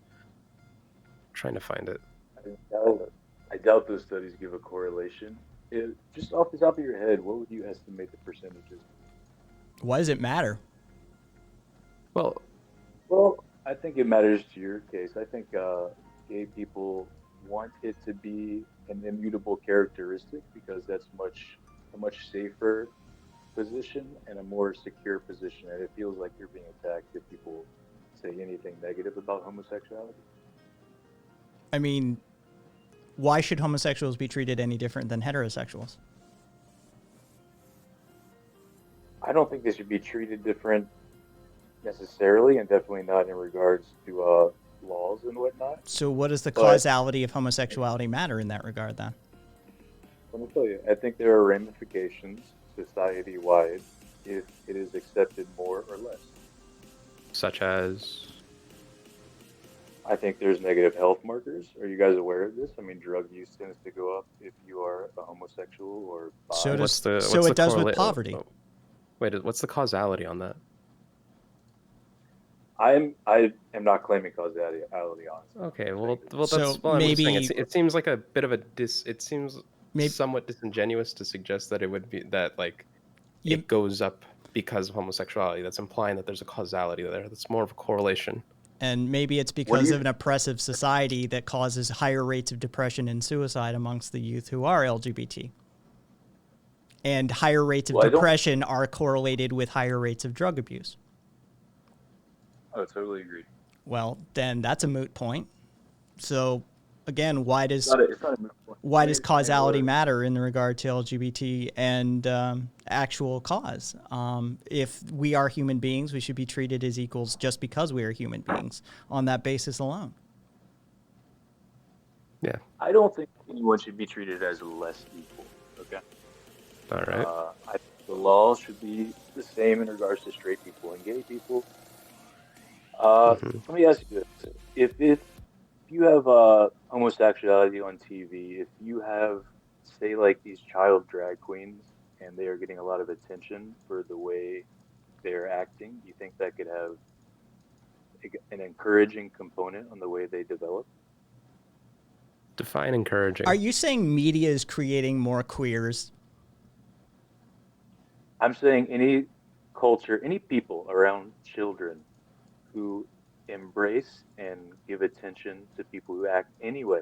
And this is not just in homosexuality. Any attention you give a kid who is doing anything, they're going to pick up on that, and your development is going to be impacted. Do you disagree with that? Well, right. What we're asking is like, what do you define as like impacted? Like, are you saying that this has like some sort of traumatic effect? Is it something that's like inherently negative, or like, what's the case here? I think when you're developing as a very young person, your brain is very malleable, and it could possibly have impacts on the way your brain becomes wired and things you find to be normalized. Okay. Well, right. But like, are we saying that You do realize like that are you trying to imply that like gay people being seen in these like is that like that doesn't mean that people are going Does- to turn gay. does This is more like heterosexuality displayed in media cause more a higher rate of heterosexuality in society? Very possibly. I don't think that's a crazy claim. Rebel. I mean, it's just Jesus, like, there's how some did- amazing hot takes in chat. what's Rebel saying? Between me, Trey, and Rebel, Oh. there's a whole bunch. I don't want to go there. That's bad faith. But Um, I don't disagree with the people in chat. So what mean, I would just, be what in your mind? What would be the like optimum case usage here? Should we ban like all displays of homosexuality? Or should we display all all displays? Should we ban all displays of heterosexuality? Should we like what's your optimum use case here then? Okay, let me start from the premise that I think, and you claimed that gay people may be more depressed, possibly because. Oh no, we society- understand those rates. Those studies have been done numerous times. LGBT youth are higher susceptibility and higher rates of depression, drug abuse, and suicide across the board, and it is universally tied to the oppressive nature of either families or social peer groups. Right, and we could also point out that like How do you- homelessness is very common among I like. get it. I get it. I'm sorry. How do you tease out the fact that you think it is people oppressing that is causing the depression? Well, these are like direct corollaries. Like, for example, we can like cite the fact that like a large amount of like homeless youth are disproportionately LGBT part of the LGBTQ community, just due to like religious persecution or Because their families literally kick them out of the house when they come out. yeah.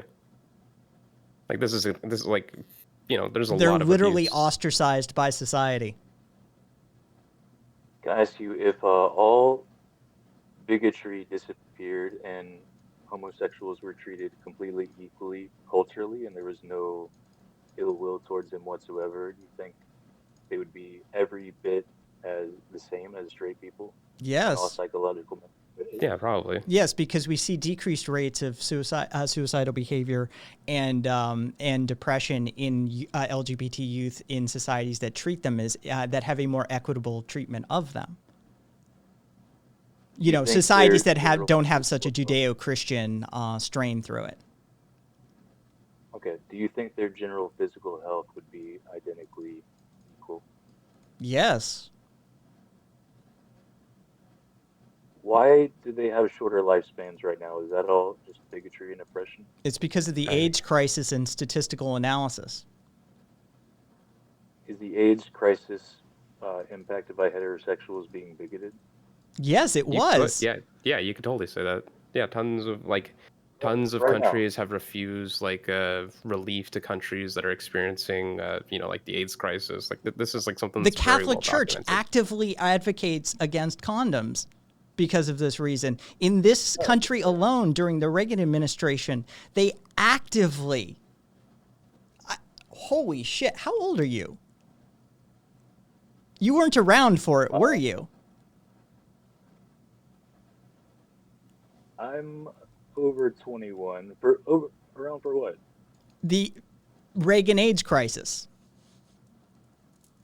No, I wasn't really around for that. Okay. Yeah. I wish Rabbit were here, who was an activist during that era, and he could school you. Fucking nice, Squid. Was it condom related? I totally agree. The Catholic dogma against contraception is insane. I'm not denying that. Point is though, like we can point like directly where bigotry has like even like on a systemic level has caused like severe physical harm towards the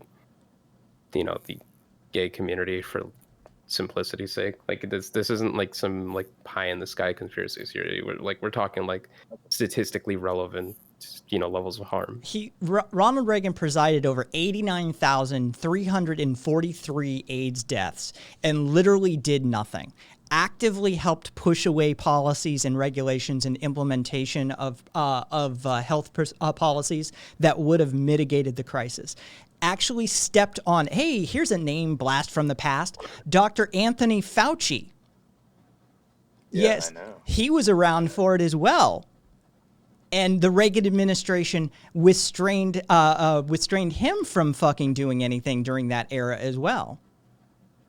We're off to the races. Let me just go back to kind of ground zero and just talk about the origin of AIDS. It happened. What do you think led to that community being so disproportionately affected in the first place? Can I ask you that? Because we can actually get laid. Okay. I mean, you want to say that? I think it's anal sex and the difference between anal and vaginal sex, right? Africa would have to disagree with you. Have you seen AIDS related HIV and AIDS related statistics for Africa modern day? That's a bit of a red herring. Let's just focus on the U.S. for a second. What is going on in the U.S. Oh, interesting. So it's biologically and physiologically tied in the U.S. But if you leave the U.S., the nature of the physiological infection mechanisms and the virus change. Interesting. I didn't know we had a particular U.S. brand of HIV. Cool. What is going on with the United States of the heterosexual population? And we can go into, I mean, I think poverty can have an impact with that. Drug use can have an impact on. Well, it's a massive impact. It's not something to be like ignored, statistically speaking. Like drug use and poverty are like huge predictors. Well, let's focus on one country at a time and talk about these two populations that are living, side by side, and why they're so different, and the effects that happen to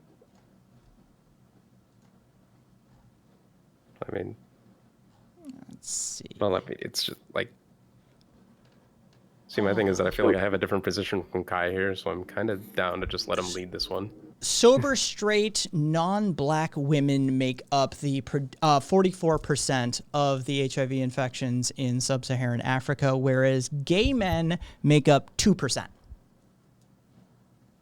Do you feel yourself stretching and finding other countries that? Do you feel yourself realizing that national borders don't have anything to do with transmission methodologies, and what it actually has to do with is epigenetic sociological behavior patterns rather than actual transmissibility? Listen, you don't have an explanation for why in the U.S. the hetero population is not very affected, and the gay population is very, very affected. Let's see. USA hetero infection rates. But I'm going to bring in the Bible to this, and I am not a Christian. I'm Nope, you're done. rather. You're not bringing in the Bible into no. a conversation wanna where say- genetics, viral transmission rates, and all of that sort of stuff are being played in. No. No, I think they. Okay, there's a shellfish thing in the Bible. Have you heard it? Where it's forbidden to eat shellfish. Yes. Why do you think they did that? Was it just completely crazy and not attached to reality whatsoever?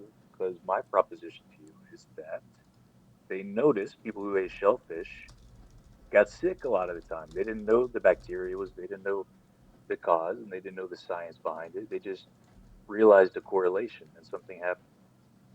And so they created a edict against it, right? Okay. I think possibly the same thing happened in homosexuality, where anal sex was noticed way, way back in the day before they could explain it scientifically. They noticed bad things start happening when people engage in that kind of behavior, and they say you shouldn't do that. Does that make sense to you guys? Right, but like if you look back at at previous translations, specifically more towards like the Greek area things, like it didn't really specifically mention homosexuality. The actual word is arsenokotai. By the way, you're speaking to an ordained minister right now. The word that was mistranslated, and the person who translated it specifically has gone on record saying they mistranslated it. The word was translated from a Greek Bible, and the word is arsenokotai, which actually means pederasty, not homosexuality. And you can cross-reference and recheck this using the Germanic Bibles, which predate the English language version, and they say pederasty as well. Okay, I'm very impressed by your knowledge. I'm not unreasonable, honestly. You know more about the specifics on that than me. I'm just saying. I'm grasping at straws with a mythical text in order to attempt to make a anti-LGBT stance hold water. I'm not really anti-LGBT. I am not anti-anyone. I don't hate anyone. I'm a consequentialist. By that, I just mean I want the policies that give the best outcomes. And Okay, well, I mean, it's just like, okay, well then, like, wouldn't you see? My position is different from Kai's in that, like, even if it is true that there's like higher rates of HIV due to like gay sex, it's like I think that's like wholly irrelevant. Like, I think like ultimately a society that tries to act like a nanny society or like a nanny state that tries to regulate what damage people can do to themselves is ultimately more problematic. I think bodily autonomy is far more worthwhile than like seeing some harm be done to a population. Kai's point with the Reagan crisis was that AIDS started popping up in the United States in the gay community and those behaviors, and I think in the Bible it would be called sodomy, probably. Mm-hmm. That kind of behavior. It's not. Well, sodomy Nope. isn't intrinsically linked to like gay behaviors. Sodomy is simply just having sex without the intent to procreate. Sodomy is any sexual act done without the purposeful intention of procreation. So don't get clinchy in the pants, boys and girls. A blowjob is sodomy. Yeah. Okay, fair. But Kai's point with the Reagan crisis was not that the government caused the crisis, but they were not stepping in and doing enough to alleviate the crisis that was affecting homosexuals way more than anyone else. And they actively stood in the way of research. They didn't just stand by. They actively dissuaded and stood in the way of research. Wait. And Dr. Anthony Fauci has gone on private record before stating this, that the Reagan administration attempted to undermine his attempts to further research and policies and regulations that could have helped. So government-funded research, so you can grant me that, right? Sure. Okay. So a problem originated in the gay community, and it's up to taxpayers to... No, actually, a problem originated with a global, a pansexual, globe-trotting individual. Because there was a whole bunch of heterosexuals in the original vector chain as well. Also, are we gonna act like, gay people aren't taxpayers? Like, By Yeah, and but they're by just and reading- large, we're better for the economy than a heterosexual. Hmm. We tend to have more disposable income.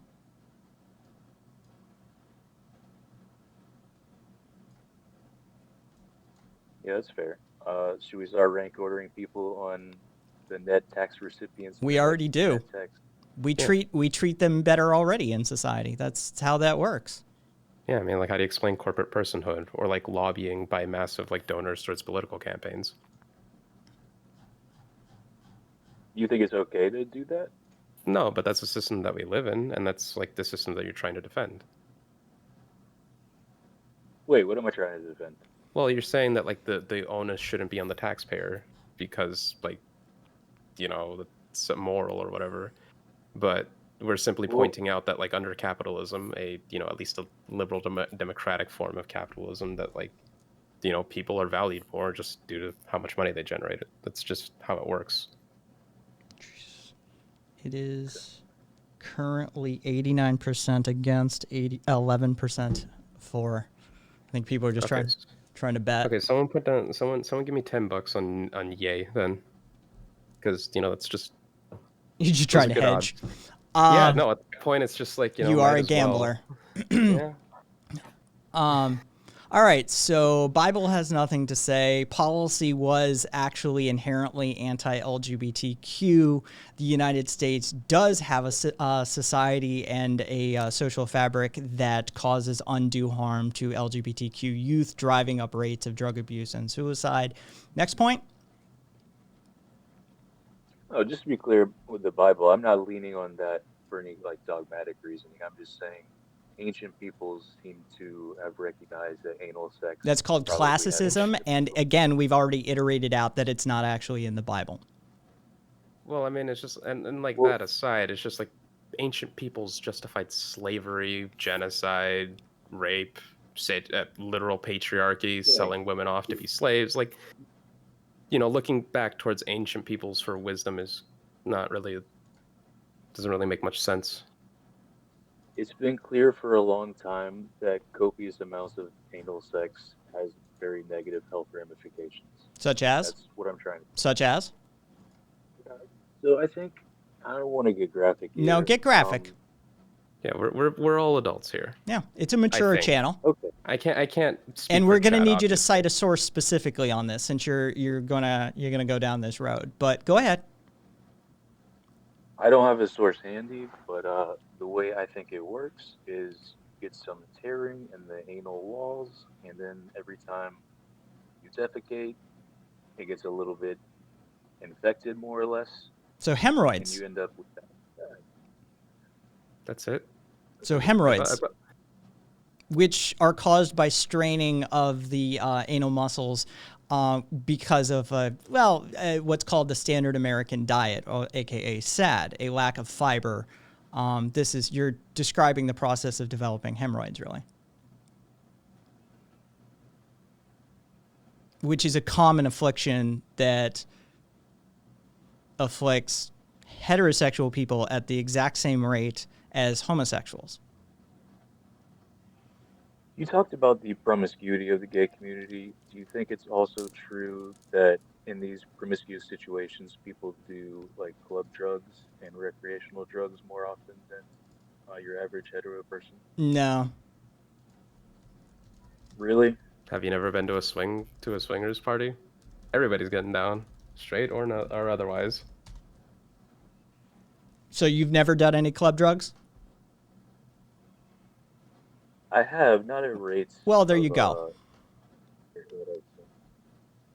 I mean, like, how do you There even you go. quantify that? Like, do we have like statistics on like drugs? Like, what would you even name that statistics? Drugs consumed in promiscuous situations between the homosexual and heterosexual. Like, like, how do we even No, it's begin very to hard to quantify quantify. this? I totally grant you it's very hard to quantify. Okay, let me just Well, I mean, like, What but that's my yeah. point. Is that like this seems like more of a feeling thing than like, like it's just like kind of a hunch. Like I kind of feel like they do more drugs. Well, I mean, look, there's correlations that I've pointed out that are undeniable, and if you want to attribute them to bigotry, I think that will remain an unfalsifiable position, and you can't set up a test to Well, we parse can out already whether or see not this. We that's can see true. higher rates of homelessness among the youth. We can see higher rates of suicidality. We found that when families are accepting of certain like homosexual or like transgender fucking positions or whatever, we see rates of suicide go down. Like this is like very well studied that like you know Wait, can you repeat that? Rates of like when suicide go fa- down? when families basically are accepting of the LGBT or their LGBT like kids, suicide rates plummet. Like it's like something that's like just 1 to 1. If they're not accepted by their family, suicide rates, drug use, so on and so forth goes pretty fucking high in comparison to the heterosexual population. Whereas Yes, and our resident you know, sociologist, psychologist, is saying, those are explicit biases that you are expressing. regardless, but the point is when families are accepting, suicide rates plummet right back to around the same as the heterosexual community. Wait, can you give me a source for that? If that's Yeah, true, sure. I'd be very interested. Is it fine if it's like specifically related to like trans people? Yeah, that'd be fine. Okay, cool. Do Let me you get you. think there's not? Do you think there's not an inherent situation with trans people where I forget the term it used to be called? Was it gender dysphoria? Jerry's K-hole would like you to know, with a source cited, by the way, that anal sex is regularly practiced by approximately the same percentage as gay couples. Are you saying gay couples don't have anal sex that There's are lots of like? there's actually lots of gay couples. I've known a few of them over my years as well that don't practice anal sex as well. Heterosexual couples have approximately the same rate of anal sex usage as gay couples. Isn't that called like being a middle, if I'm not mistaken, I or something? don't know what I don't. A terminology. side. I think a side is I don't Yeah. fucking like. I'm not as gay as y'all. All right. I, you know. All right. Okay. Is this the one? Accepting adults reduce suicide attempts among LGBT. Okay, here you go. I got the thing. I'm posting it in the comments, so you can have a look over that. There you go. RV saying my girl loves it. Kane, oh, good luck. Strap in, Kane. Okay, cool. Momo said penetration is not the only type of sex. For fuck's sake, straights. Don't say straights. That feels icky. I get butt stuff with the wife as a treat from time to time, says Swamp Fox. I mean, that's the thing. You're literally acting Chad like has- homosexual males are the only people who conduct regular anal sex activity. But the fact of the matter is, anal sex has been a sexual act practiced by heterosexuals for as long as heterosexuals have been around. Can we go to the? You guys didn't answer my question. Gender dysphoria. Do you think trans people, without all the bigotry, and if they were perfectly accepted, would there not still be a mismatch where they feel like they are not inhabiting the correct body, and Well, that would not well. come with like a depressing mindset where you feel like you are out of place and not fitting in Right, with right. what But I mean, in a society that like isn't bigoted whatsoever, they like be much more quick on the draw to like start ameliorating that. No, how? What do you mean? well, I Well, mean, like they just allow transition more easily. if we didn't treat them like shit and ostracize them and tell them they're crazy, then they wouldn't feel that way. They'd feel accepted. And we have evidence dating back, I don't know, couple thousand years with the subcontinent of India on this one. We have indigenous communities who call them two-spirited and have always accepted them. You said they could just go ahead and transition Cadicillo? Yeah, like Cadicillo? How do you say? Catasilo. Catasilo. If you want to be Uh, a fucking hipster about it, you can say Catisilo, if that's like your thing. I'm just gonna be super Anglo with it. Okay, cool.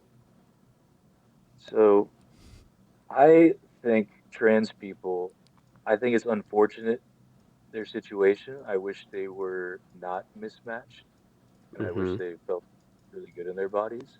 But I think that condition is inherently a depressing thing. Yeah, they wouldn't deny that. Okay, But so it do you think there's any overlap with that mentality and gay people in terms of the ability to procreate with someone you love in a very traditional way? Has I have or literally has never given a shit about procreation. I knew I was gay from chasing boys around the playground yard. I've known my entire life. I've known I don't want children. I want nothing to do with children. And it has never bothered me one lick. There's not a single part of my being that's like, oh, if only. And even if there were, you adopt. And yeah, I guess I guess I just want you to like rephrase the question because I'm not really quite getting what you're saying.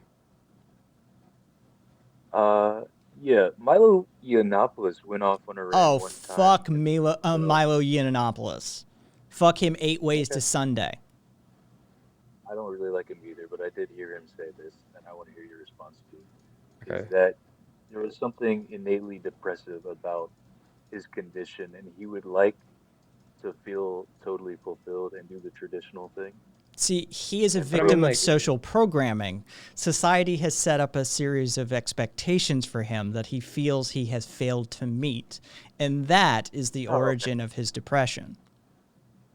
Yeah, pretty much. Like That's my an thing is that like I unfalsifiable- reject the fundamental premise that like a traditional like family or like parenthood is inherently more fulfilling than like other lifestyles. I mean, a mother, father, 2.5 kids, a dog, and a picket fence is not a traditional family. Well, there's that. Well, I'm talking more like, you know, people are fulfilled by all sorts of crazy shit, and like you know like that there are plenty of people that we can like turn to that like. Like we can find plenty of people that would like literally kill themselves if they found out they were having a kid, and you know there are plenty of people that like are indifferent to have like it's like you know there isn't really much like to suggest that like that's like the most inherently fulfilling way to like live. All I'm saying is it fits in perfectly with the way we evolved, and it would be No, it doesn't. pretty wild. Yeah, come on, what are you talking about? The Well, it's like, historical no, record, we've, like- the historical record for marriage, and then dating back even prehistory evolutionary style does not correlate to a nuclear family. It's not. It's a Okay, recent so development. Yeah, Yeah, I get and it. Okay, wait. The Neolithic Revolution created a situation where we farmed and had land, and we wanted to give that to people who could inherit it, and hopefully they were our biological offspring. So it's not like 100,000, a million years ago evolution, but it is.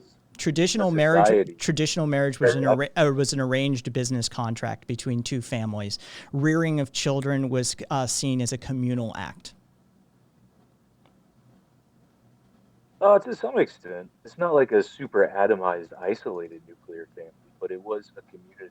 And So the mother and majority of our father- history has been not this version of family that you're espousing as being fulfilling.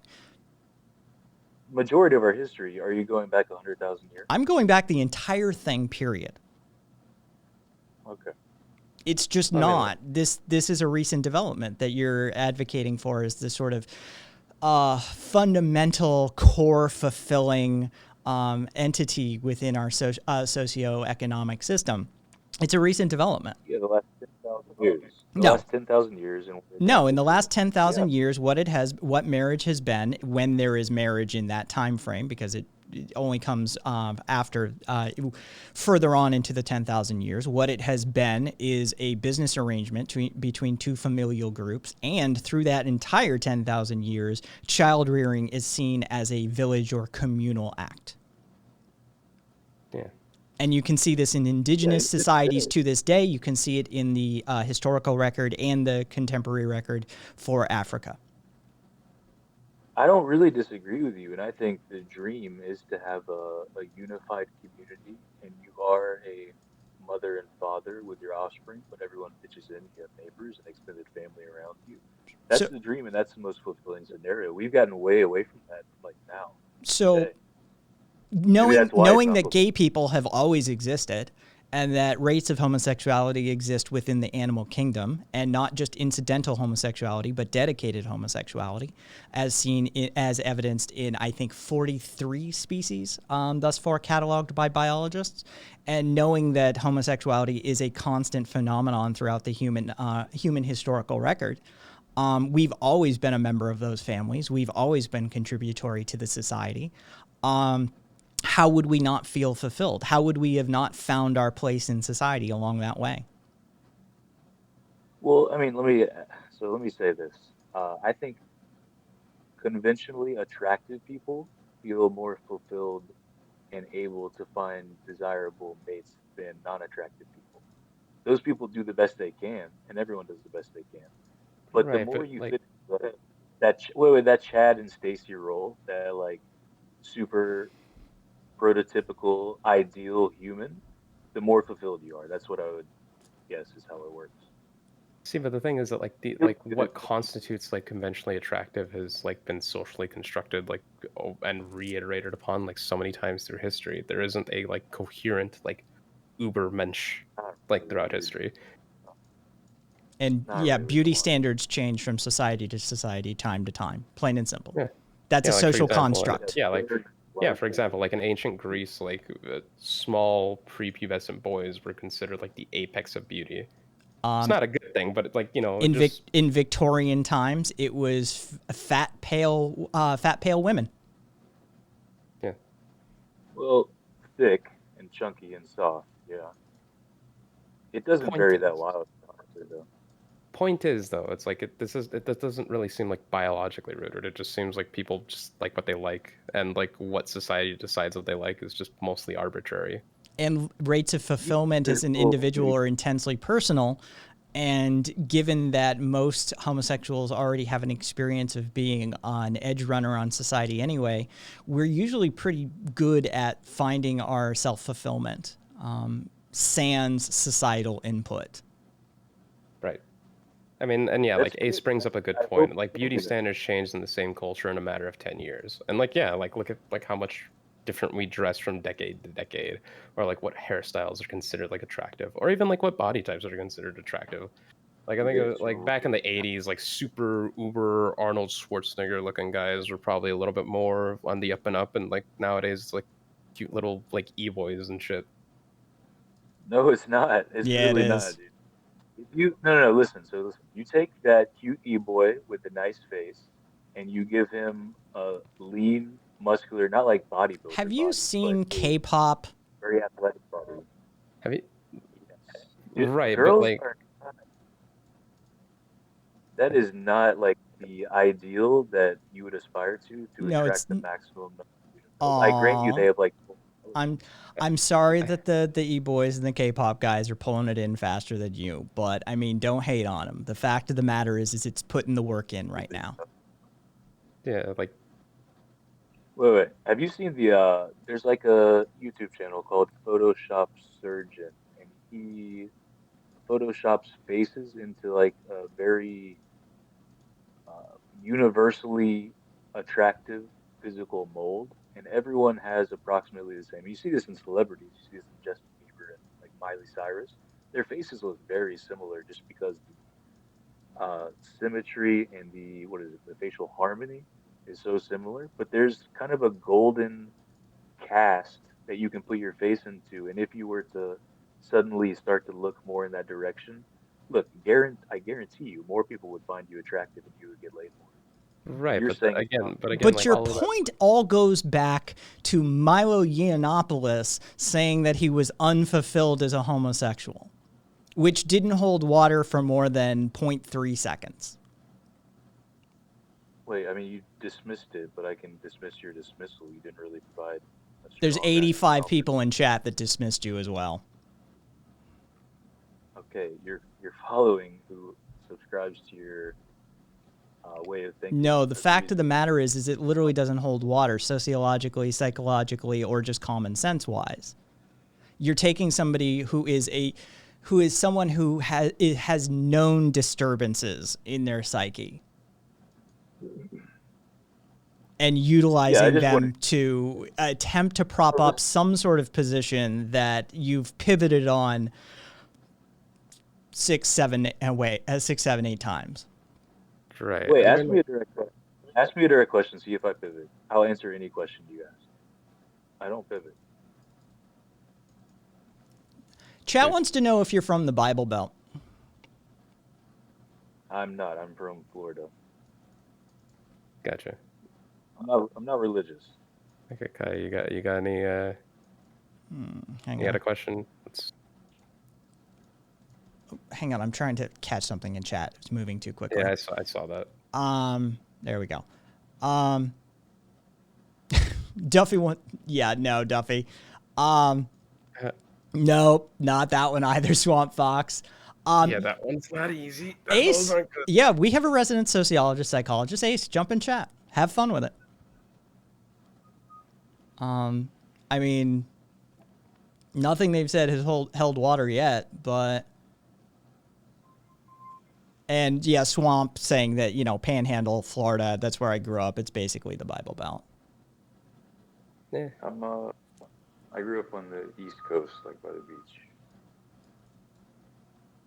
Hey, good for you, Clay. Angie, no.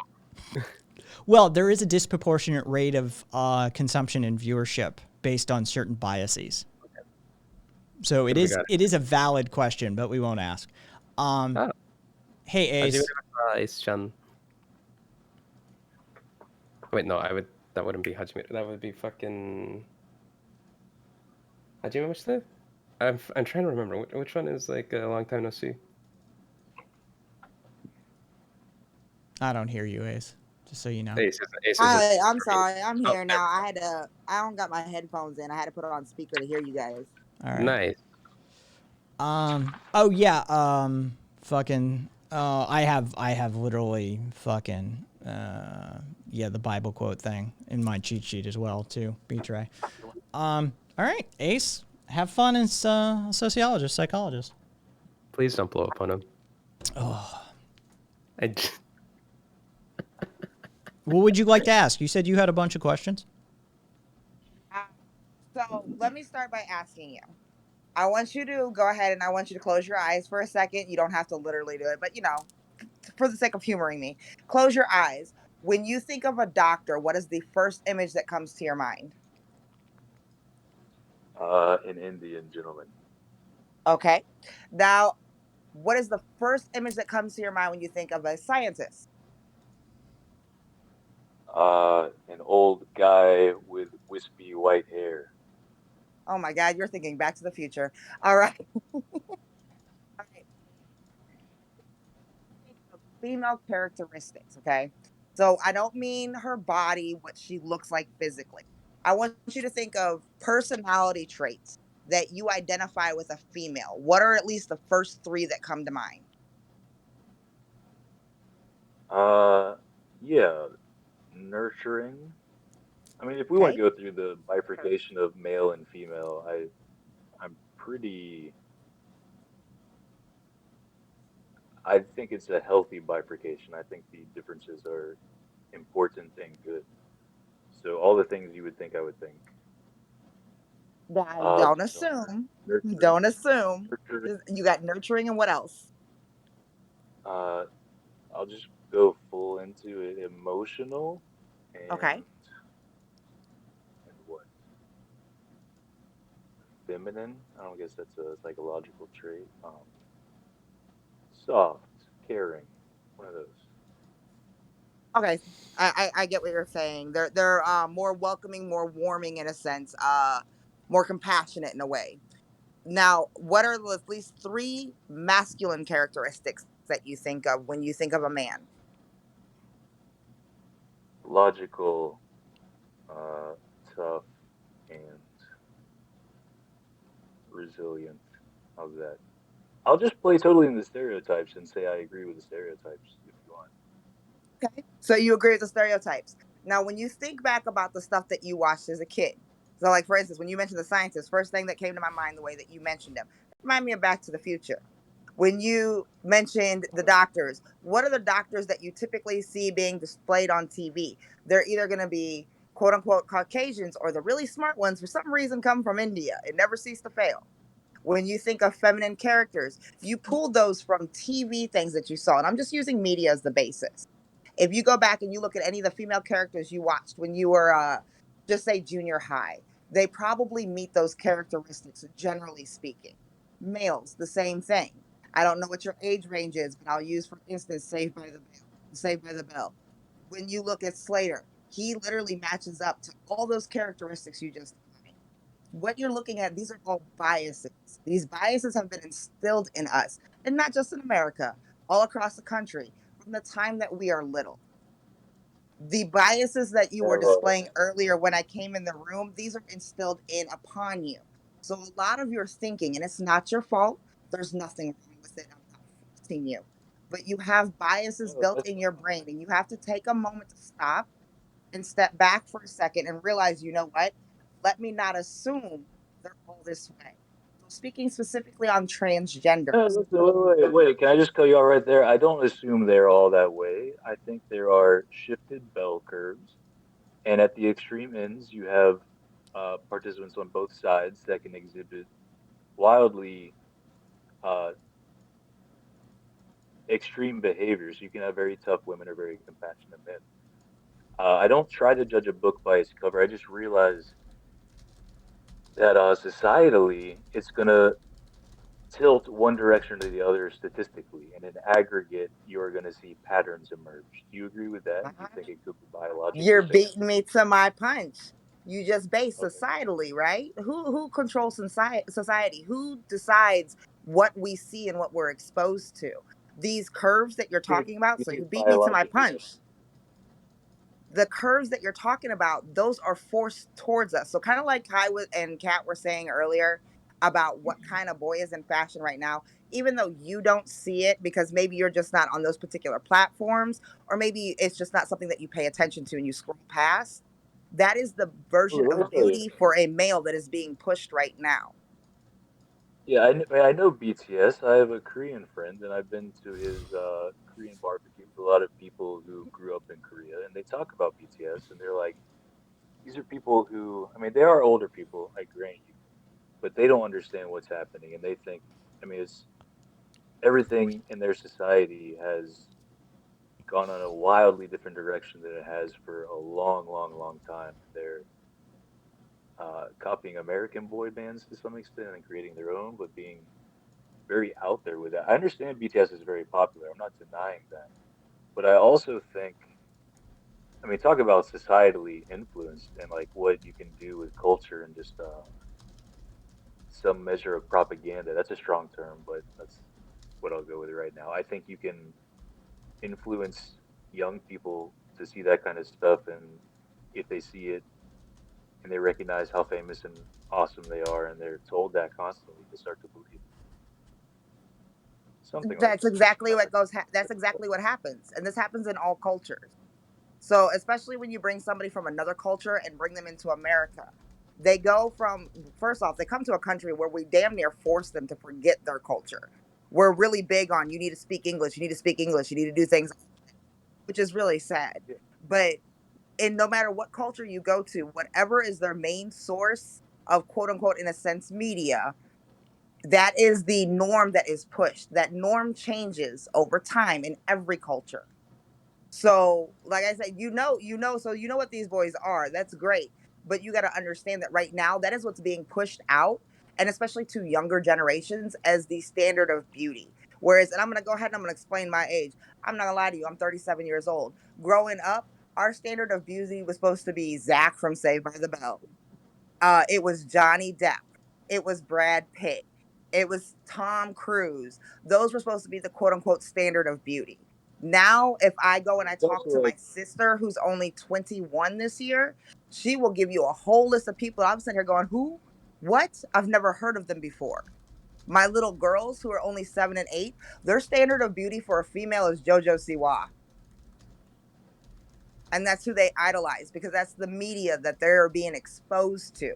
That's what's being pushed on kids their age.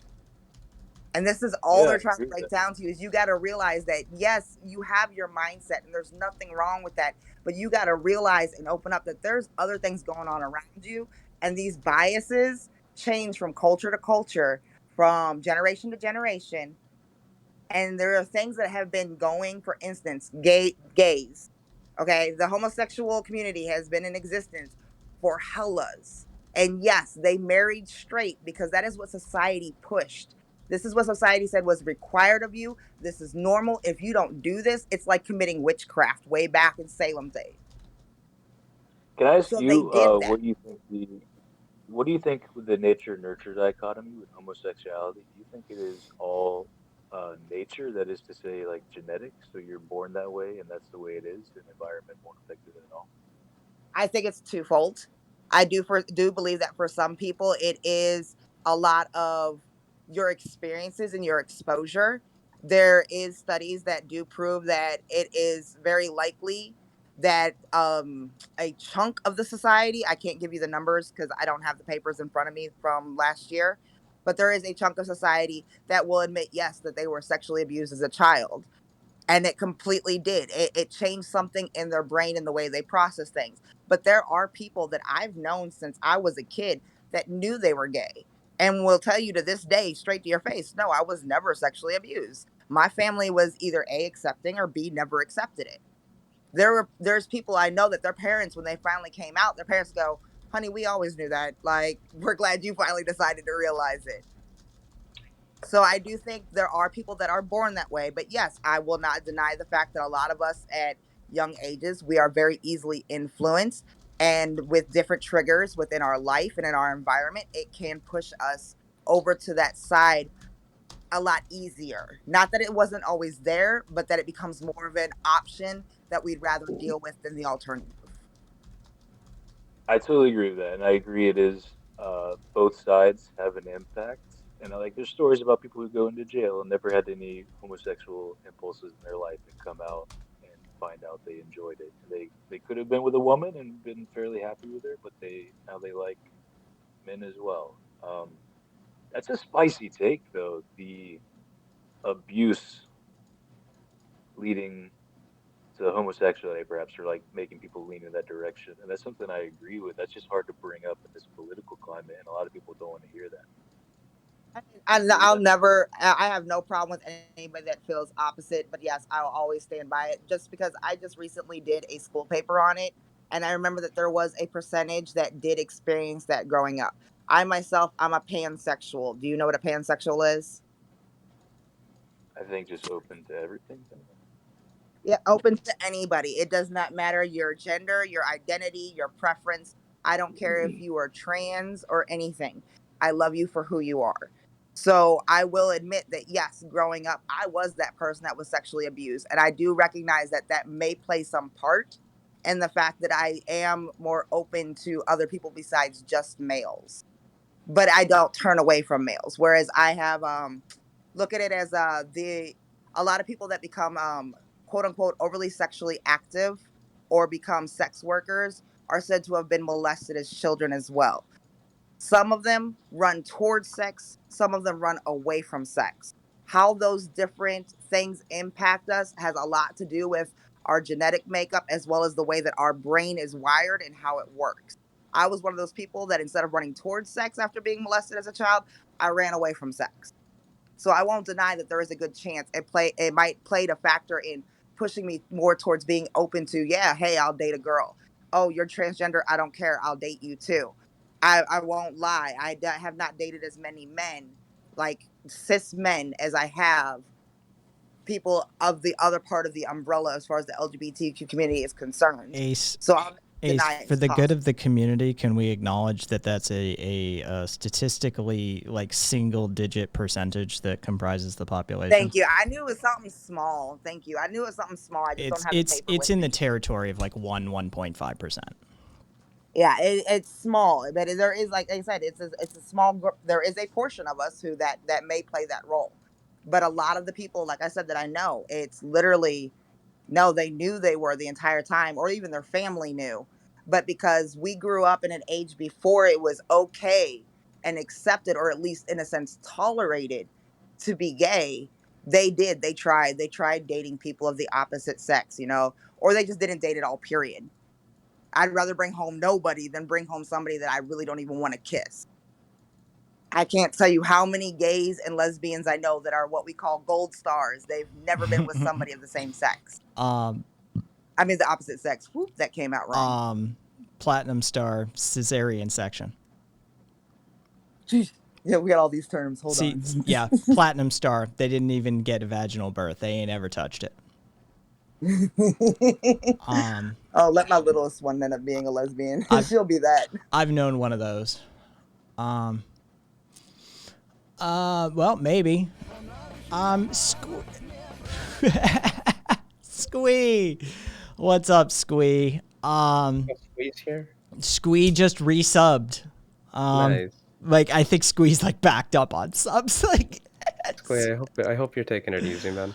Every paycheck Squee buys a new sub. yeah, maybe so. Neanderthal may have lost their connection. Yep, just dropped off. Either way, I think that conversation has run its course. We I do. wanted to do the nationalism one. Oh, you want to do nationalism? Well, Yeah. I'm gonna have to fucking get another invite out then, and we need a resolution.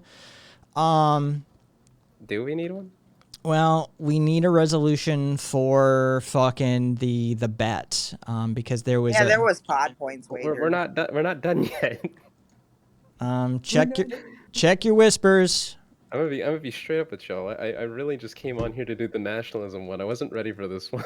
I like.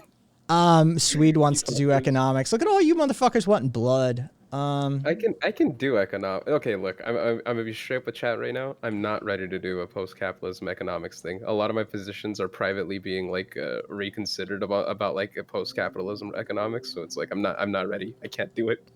I can't. Yes.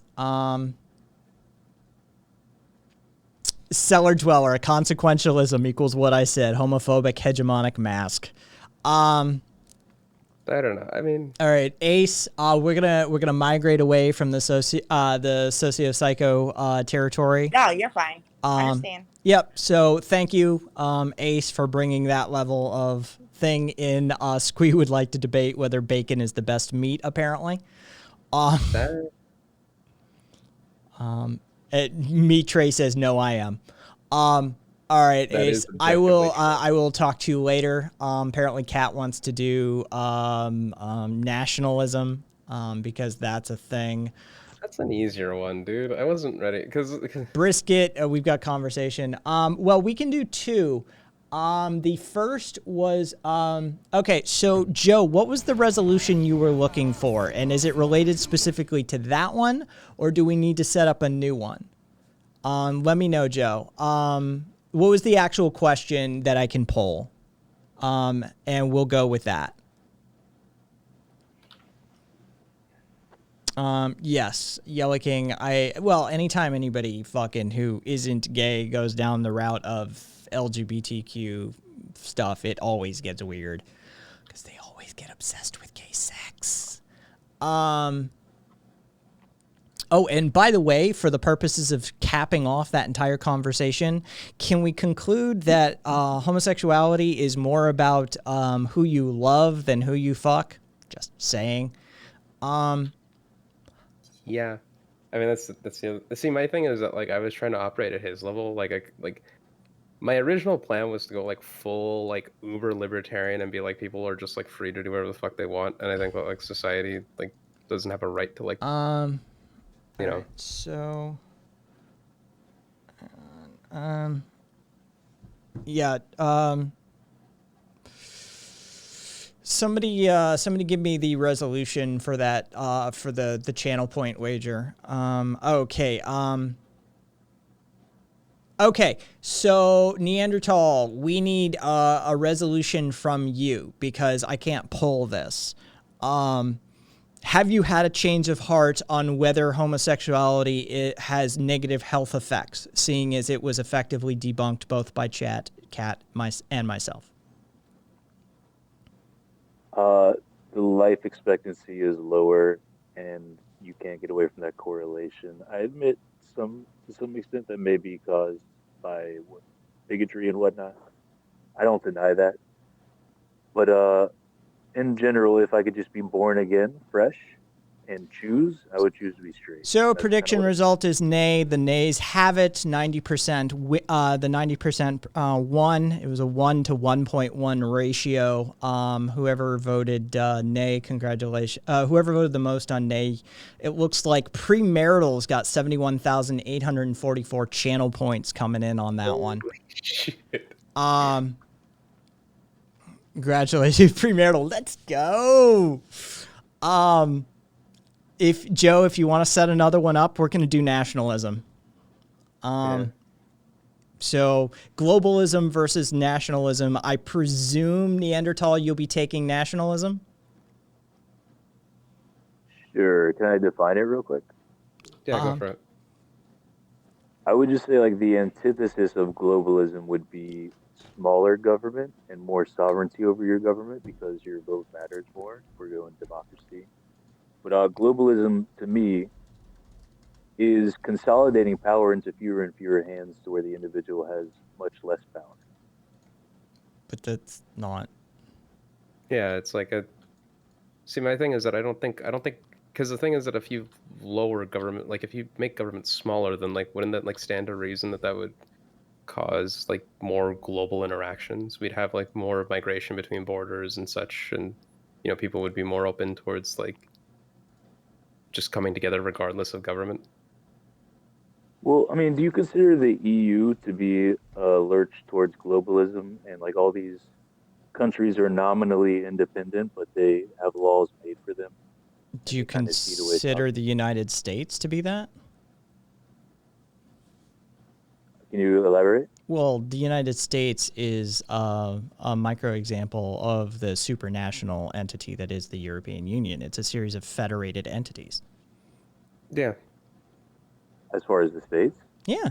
yeah. That's Cal- pretty much it's California's- the European Union is. California's got a larger GDP than Germany, for fuck's sake. Yeah, big agree. I think China with 1 billion people and India with 1 billion people and the United States with 300 million plus are way too big.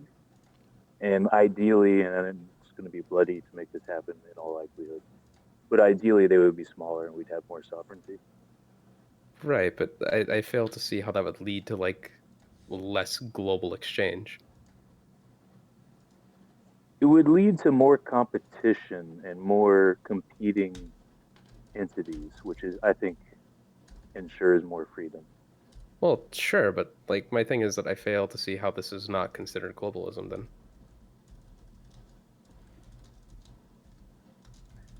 Let's just talk about Ladies nationalism. and gentlemen, Alex Jones here. Hang on. Proudly radical. Since God I owe damn it. Kai a few favors from back in the old days. Shit, I probably shouldn't talk about that. Wait, why are you still recording? Fine. Just be sure to edit it out.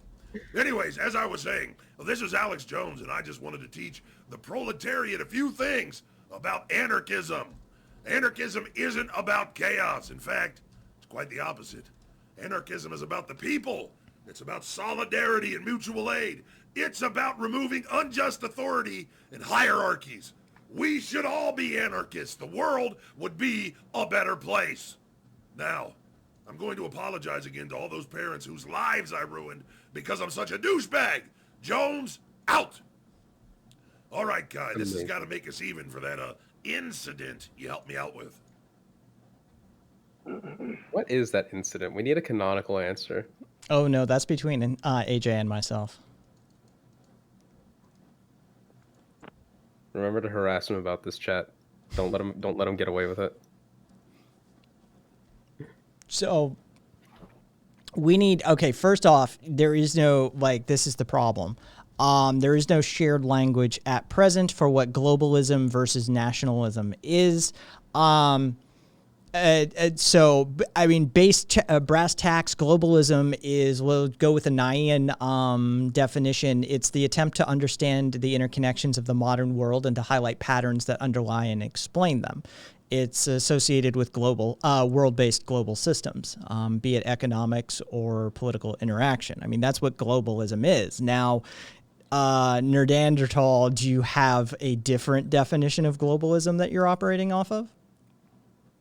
Well, building off of that, I think you have to take into account the supranational organizations that coordinate that those things you're talking about. The EU is one part of the world that does this. The IMF, the Bank of International Settlements, World Bank, they dictate what countries get loans, and there's a select few people making decisions in these places. I would consider that an aspect of globalism. You agree? Well, not necessarily. Like I would say that that's like more an aspect of like just like how capitalism functions that The- we're seeing like, you know, Global capitalism. well, yeah, Well, that's like, neoliberalism.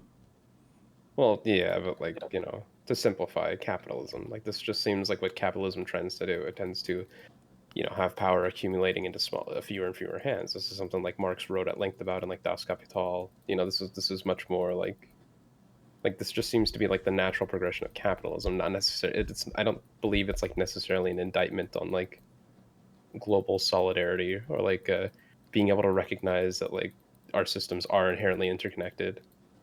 Like we don't get like the same level of like we don't like America doesn't produce computer parts. Like that's up to various places in Southeast Asia, and we have a system that works very well due to that. Like it just, you know, it seems like different countries just seem to excel at different things due to geographical like qualities and cultural differences and such. Isn't Yeah, I think isn't that globalism the inevitable eventuality of capitalism? Yeah. y- y- yeah. Wealth tends to consolidate into fewer and fewer hands. I think a bulwark against that consolidation into its ultimate form, which might be some kind of Alex Jones like one world government, if you were to have nations like Russia and Iran and Cuba rejecting central banks that all work together and trying to maintain their sovereignty, that prevents that consolidation from really coming into fruition in totality. So Right. that's what I would say. See, the way that I look at it that is that that's really only staving off the inevitable. Like at the end of the day, the fundamental like issue that's causing this in the first place is still around, which you know it still comes back to capitalism. And given Putin's predilection for capitalistic models and grifter modalities of operation, tends to indicate to me that he would sell Russia out in a heartbeat. Yeah, like Well, this like the accumulation of wealth isn't stopped just because it's not happening in some countries, and those countries will still inevitably trend towards those, you know, those modes of production. It's just the way it like is, we seem to industrialize. it's sort of an artificial barrier. I mean, the same way borders are really rather artificial and arbitrary, but they do create dividing lines where you can. I mean, this is what the states do. You have artificial borders, but each one can have different laws and try different things, and we get to Hmm. see different laws play out, and whether they're good or bad, then you can see the adoption of various other ones.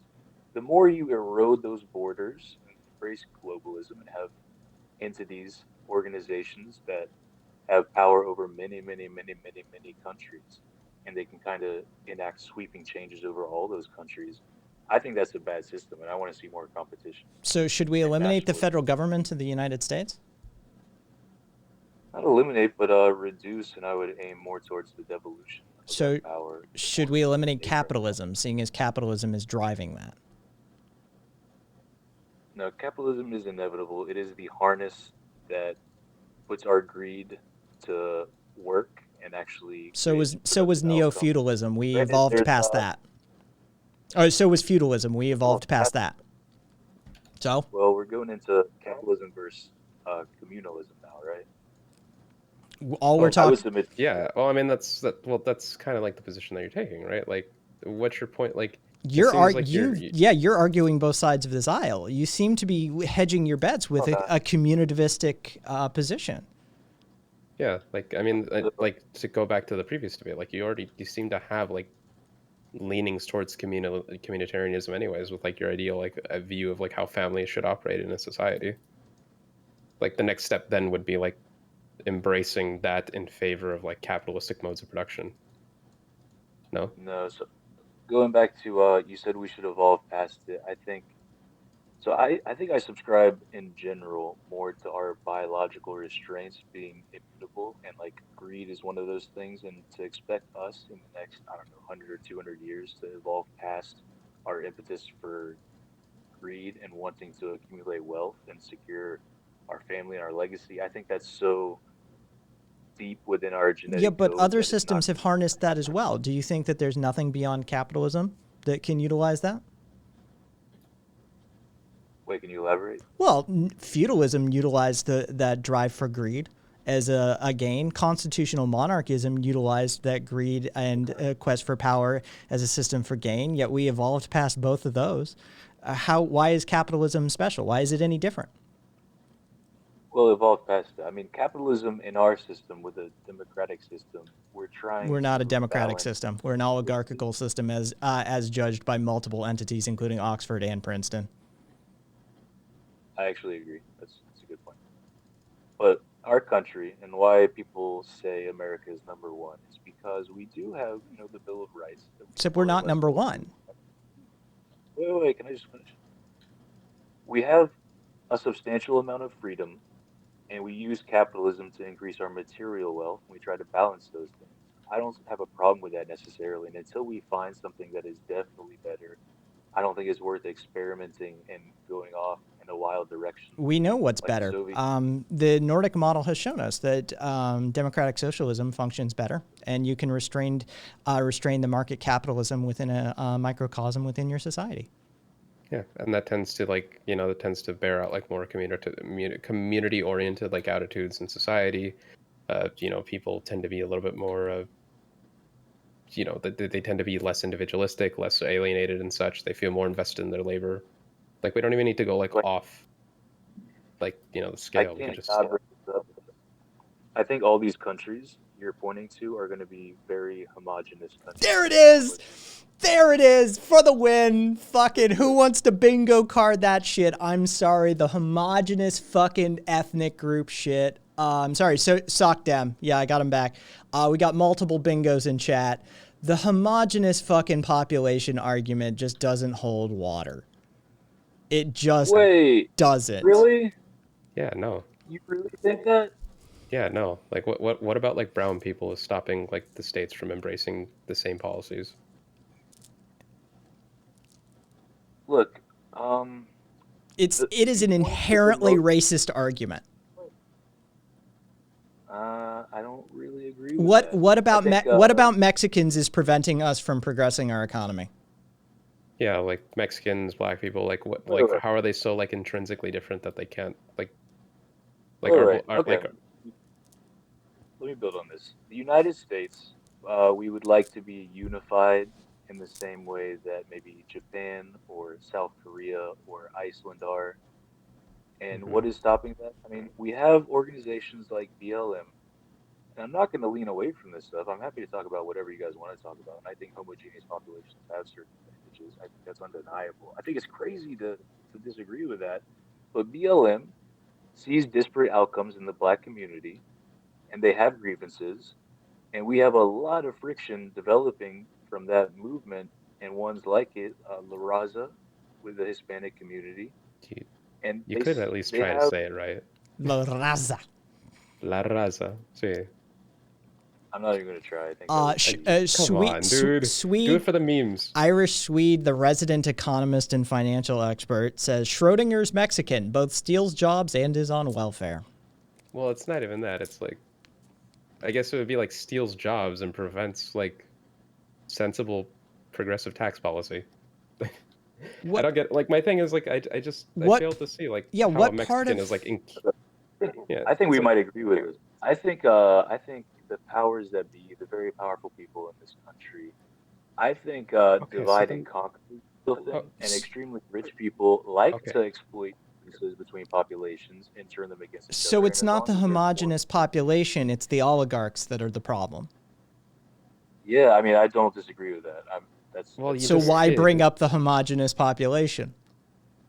wait, because that you have within your society, if you have different populations that have grievances, a very exploitable bug, if you will, that can be attacked very easily. Except that I have Again, a it seems like again, this goes back to like capitalism. Like it seems like you're just making arguments against capitalism at this point. Like you're saying that like people that have accumulated wealth and power are going to use literally any machination that is available to them to, preserve that wealth and power. Therefore, absolute. right. So Let me then, let like, so like, so capitalism. go ahead. Capitalism is it's not like an unadulterated good. I don't think there are not bad things about it, and rent-seeking behavior is very real. I acknowledge that. It, there's no alternative is the problem. And Well, I so, mean, we're can you not even point? talking about an alternative. We're just talking about like one that regulates it a little bit better. Oh, I mean, I agree with that. I'm Well, yeah. not. So like the Nordic model, you know, like what they got going on in which is Sweden. SOCDEM. Yeah, social I mean, democracy. yeah, I'm actually not far away from that. I think if you started detailing individual policies, I would probably agree with So increase the Oh, yeah. taxes, decrease the ability for private enterprise to influence the public sphere. More social services, that. less private insurance. Yeah, not Frankly, eliminated, by the way. Private insurance still exists in these countries. Just, very strong public options. Yeah, That I'm sort of not gonna thing. lie. We have a debate format going on, so my first impulse was to just kind of arbitrarily disagree. But honestly, I don't really disagree, and I don't So have a if we super know strong. that model works and we can confirm and agree that that model works, right? Then why don't we take the next evolutionary step, right? Like that's what America does. It innovates, right? We're the world leaders. We drive innovation, even though that is demonstrably untrue. Let's take the next step and move the SOCDEM over to DemSoc. Let's take up democratic socialism rather than social democracy, right? Because it's just further along the sliding scale. Let's rein in that capitalistic interest in that private ownership a little bit more, knowing what we know about regulatory capture and oligarchical behavior, the historical and contemporary context of it. Even within the Nordic model, it's a constant battle with these private interests because as long as they are allowed to exert the influence utilizing private capital within the system that they are, then there's an eternal battle, an battle, as it were, between these private capital owners and the public sphere of influence and the residents of that country. Why shouldn't we take that next step and defang some of that oligarchical power? So I mean, yes, you have two mechanisms of control and power, being the state and private enterprise. There's a lot of overlap between the two, and Well, I mean, private there's, organizations. In our Fire. system, there is. In other systems, Well, it's ordered differently. yeah. We'd also, tell yeah, like through the bolstering of unions, through the bolstering of like workplace democracy, spreading around like private ownership essentially. I really agree with most of that. I think it's impossible to make happen because we have so many very powerful people who have so much influence to stop that. I mean, they every 4 years they put forward, and Donald Trump may have been an exception to this. I'm not sure. They put forward two candidates that will do their bidding, and the Democratic Party and the Republican Party agree with so much when it comes to the extremely rich people and their interests that there's Hmm. in many ways no difference. We have these Okay, just arbitrary debates. Devil's quick going to win question. this one. Just quick question, and I say this in the best of faith. How did Trump oppose that in any capacity? Uh, really, let's see, the Republican field all were more or less for immigration. I think literally, there might have been a few other things. He came out vocally against immigration, and a lot of people who felt threatened by it and felt like their jobs were in danger and felt like But they weren't in lots of brown danger people. from immigrants. They were in danger from capitalists. Well, okay, hang on, wait. I think capitalism is not going away. I'm not saying it's good in all regards. I'm saying it's an act of social to accrue wealth. And what are we going to do about that? How are we going to breed that out of people? What do we do?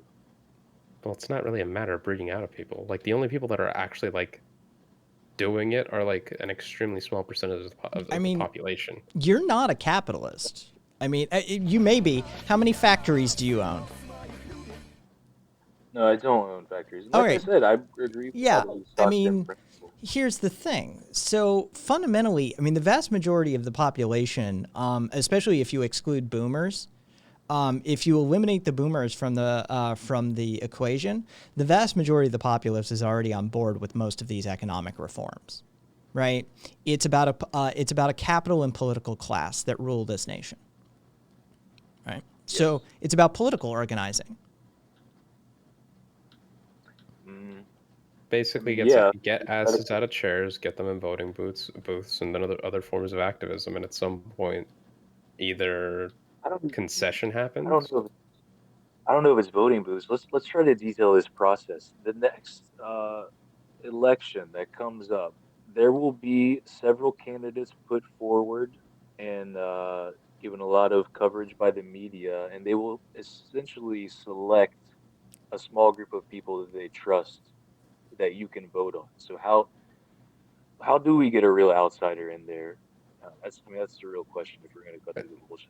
You want to I know? say we just follow Bernie Sanders' model. Yeah. I mean, there's two answers, right? Tough. There's the exactly what Kat said. Just follow Bernie Sanders' model. And then there's the anarchist answer who is willing to compromise, right? Follow Bernie Sanders' model, but understand that the system has no inherent power and that you're free to operate around it. Mm. I mean, yeah, that's not effective, I think. How do we get Bernie Sanders actually elected? We saw what they did to oppose his. You do what we did, unfortunately, for fucking douchebag Biden. You get chairs out of seats. Yeah. So once they saw that Biden was the guy and they knew their guy was in place, I think these people let forth like a massive ad campaign. I don't know if you guys remember. I was on YouTube and literally, I don't know if every ad or every other ad, it was like, vote. You should vote. Definitely vote. You should vote. And they knew that they're going to reach a ton of young people that way. And that's how Biden got 80 million votes. How do If you that's how he got it. how If do you you, feel if about you have Bernie Sanders in that position, they don't do that. That's kind of the thing. how do you Well- feel about unions? Uh, Basically pro union. Cool. I think you're like 3 half steps away from being a socialist. Yeah. A little bit If socially I aggressive, felt but it's like fine. we were, there's that saying that like if aliens were here, they wouldn't think we were ready to meet them because we're not ready. I kind of feel like we are not ready to unify and embrace a communal model to that extent, and we still need to harness our greedy nature. And I know that's like a catch-22 because you maybe Oh. Well, let me Except put it like perpetuate this. that. Well, let me put it like this. What's a more greedy action for an individual? A person that understands that like due to oligarchical systems, they're the chance of them like actually reaching a position of capital power is like slim to none. Realizing that like they should then try to fight for a system that allows them to owe a slice of their workplace or just allowing them to still be like sapped by the capital class. I think there's one option that's clearly more selfish than the other there. Yeah, I'm not anti-social. I mean, frankly, uh, I recognize the problem of the consolidation of wealth and how it's increasing I mean, consistently. this is an inherent I function of capitalism. It's the inevitability. This is Marx's critiques writ large. We're entering end stage capitalism. It's not going to go on forever. No, I agree with that. I don't. Well, yeah. So then, like, shouldn't it be within our best interest to set up a safety net for the people that are inevitably going to fall through the cracks when that happens? Yeah, I think we're arguing at cross purposes. I think UBI is inevitable as well. So is automation. And what Marx argued was really he was saying when the automation becomes so efficient that we have massive productivity to the point where we don't have to work, we can use that. I don't know if we're there yet. I don't know if AI is really going to take off. I don't know how close we actually are. If it's going to be another century or more. What do you guys think? No, it'll be 35 years, maybe 50.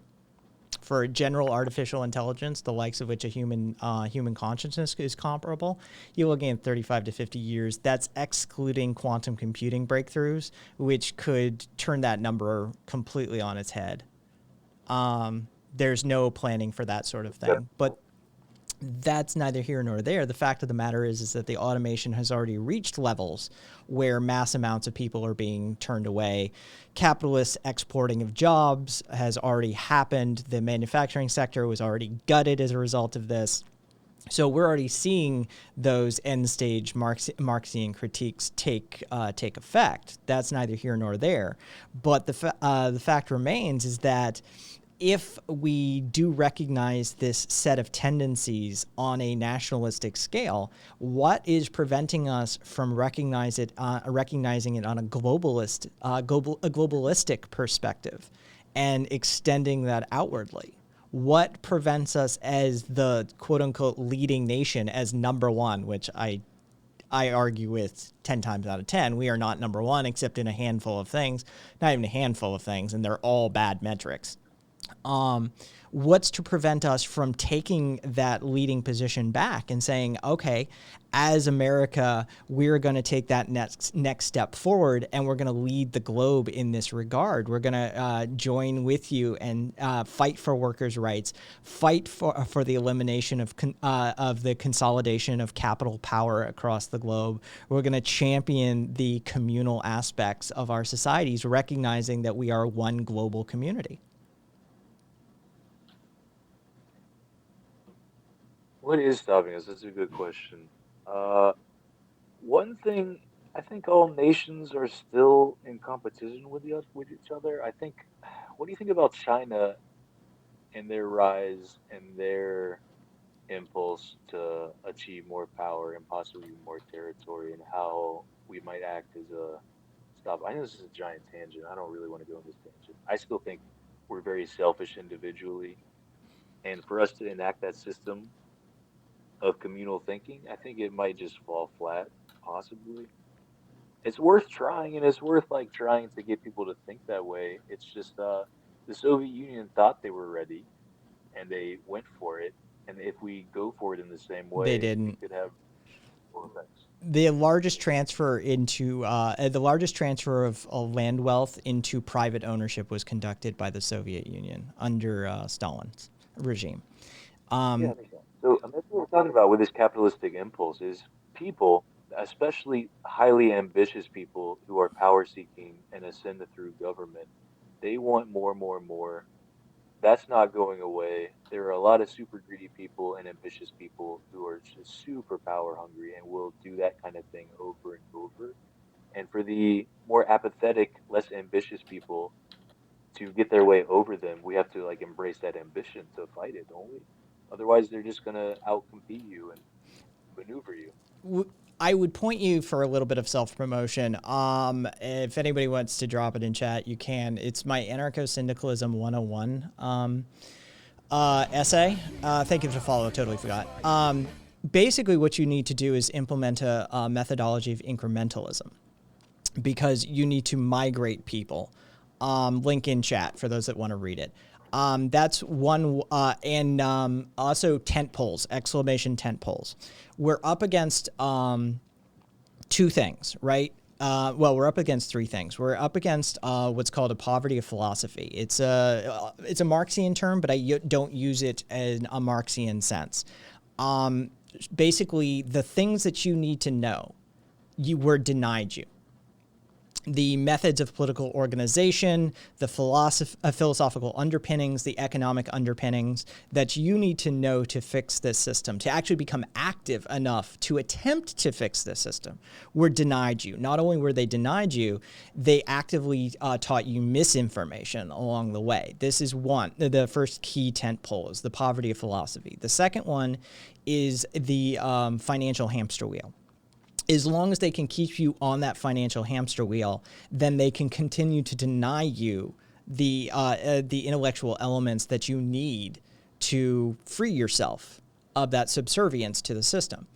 And the third is the police state. Because fundamentally, any time that you are going to conduct action or direct action of any type, the first line of defense that maintains the status quo is the police. So these are the sort of three tentpoles of oppression as I see them for the American society as it stands.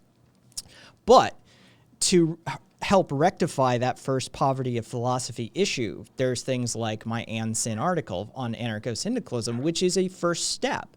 People need to be taught alternatives, and things like anarchistic organizational methods in combination with methodologies to re-democratize the workplace and recapture worker class power is the way to go as far as I see it.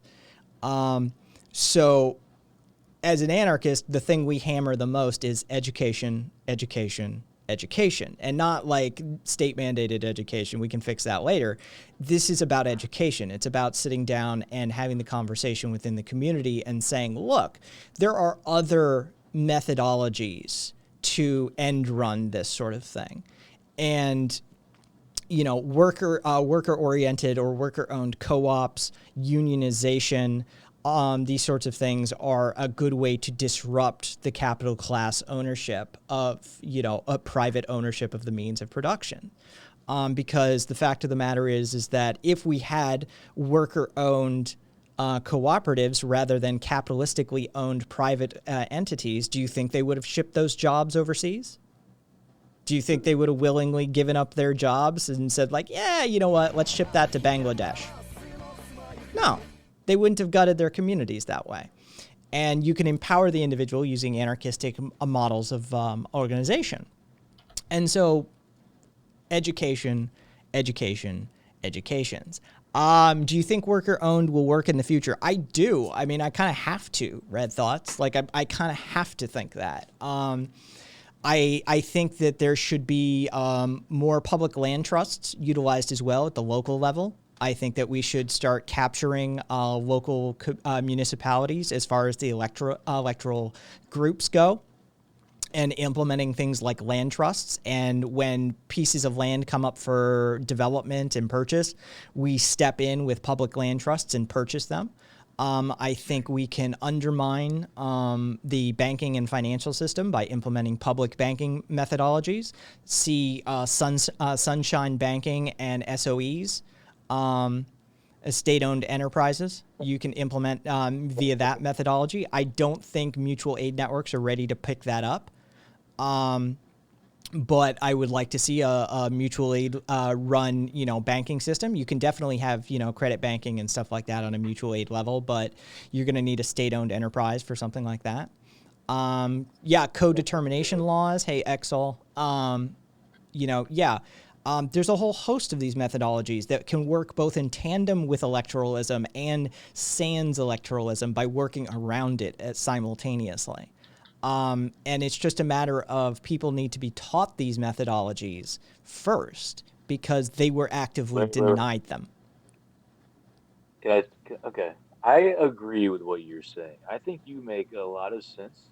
I think you're very intelligent and you make some great points. I'm going to read your essay.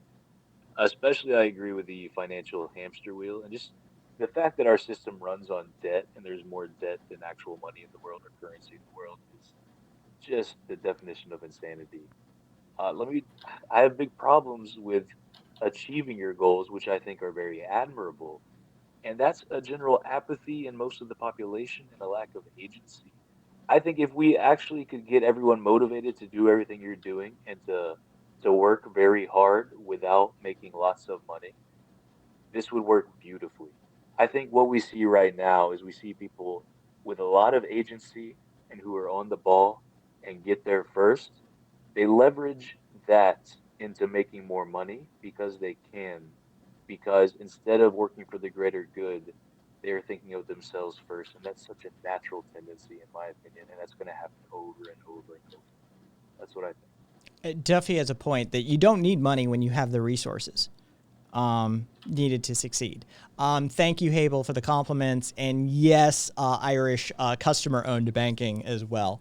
I think SOEs are the way to end run the federal banking system. Don't get me wrong. Hey, skeptic. Yes, I would like to see more customer owned, aka credit union, that sort of thing. No, Kai is short for Kylo. Kailo. It's an Indo-European root word for wellness or of good omen. Nerd. Yes. You know, but it is what it is. That word's been by my side for many, many years now. I think that apathy is not as deep-seated as you may think. I think we can show evidence, both good and bad, right? I'm just going to start listing off some things here. Boogaloo Boys, Proud Boys, MAGA, BLM, Occupy, right? Like these disparate groups, right? Wholly disparate groups. Some of them are domestic terror groups, but it doesn't show apathy, right? None of them are apathetic. They are active. They are willing to do things for their cause. Q, exactly, Serious. So I don't think society necessarily has, and Swede says everyone is 3 meals away from ridding themselves of that apathy, by the way. I don't know about that. I think these worker-owned co-ops that you mentioned, I think theoretically they can work very well if you have the exact right personnel. My understanding, and frankly, I'm sure you're much more well-read and you understand this better than me, but what do you think about this? What I've heard is that these co-ops tend to have one person who is more competent than others, and they tend to assume more responsibility, and people start to lean on them as a manager of sorts. And they take on more and more of the leadership role, and over time, it starts to look more and more like what we see in capitalism right now, with a single person that dictates.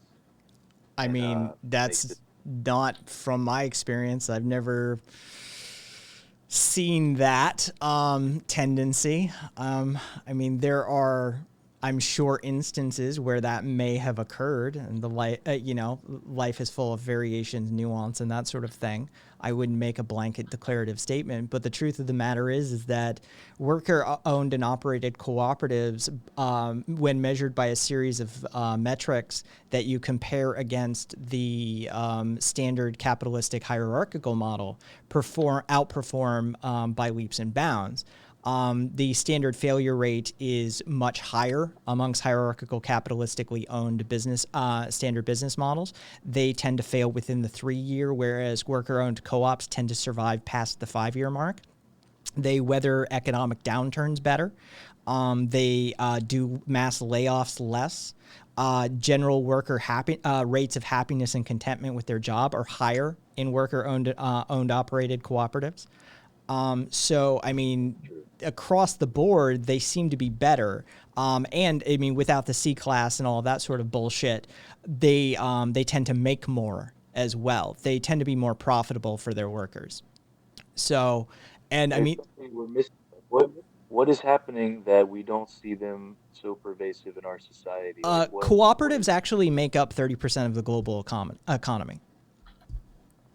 What about in the United States? So I don't have the U.S. stat on hand, but what I would theorize is that you've got a twofold thing. You've got propaganda. First and foremost, you've got propaganda, right? Like, that's the thing, is the only family you see is the nuclear heterosexual family. The only business you see is the standard hierarchical capitalistically owned private business. That there's a concerted effort going on there.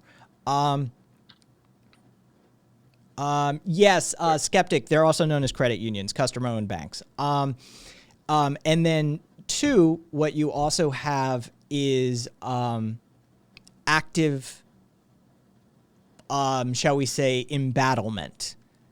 That there is the people who actually run shit, the financier class, right? The ones who are really embedded, the political class, the capitalist class, they're highly educated. They're well educated in this regard. They know what the threats are. This is why anarchists have always been a threat to authoritarian systems. They know we're the ones who criticize you.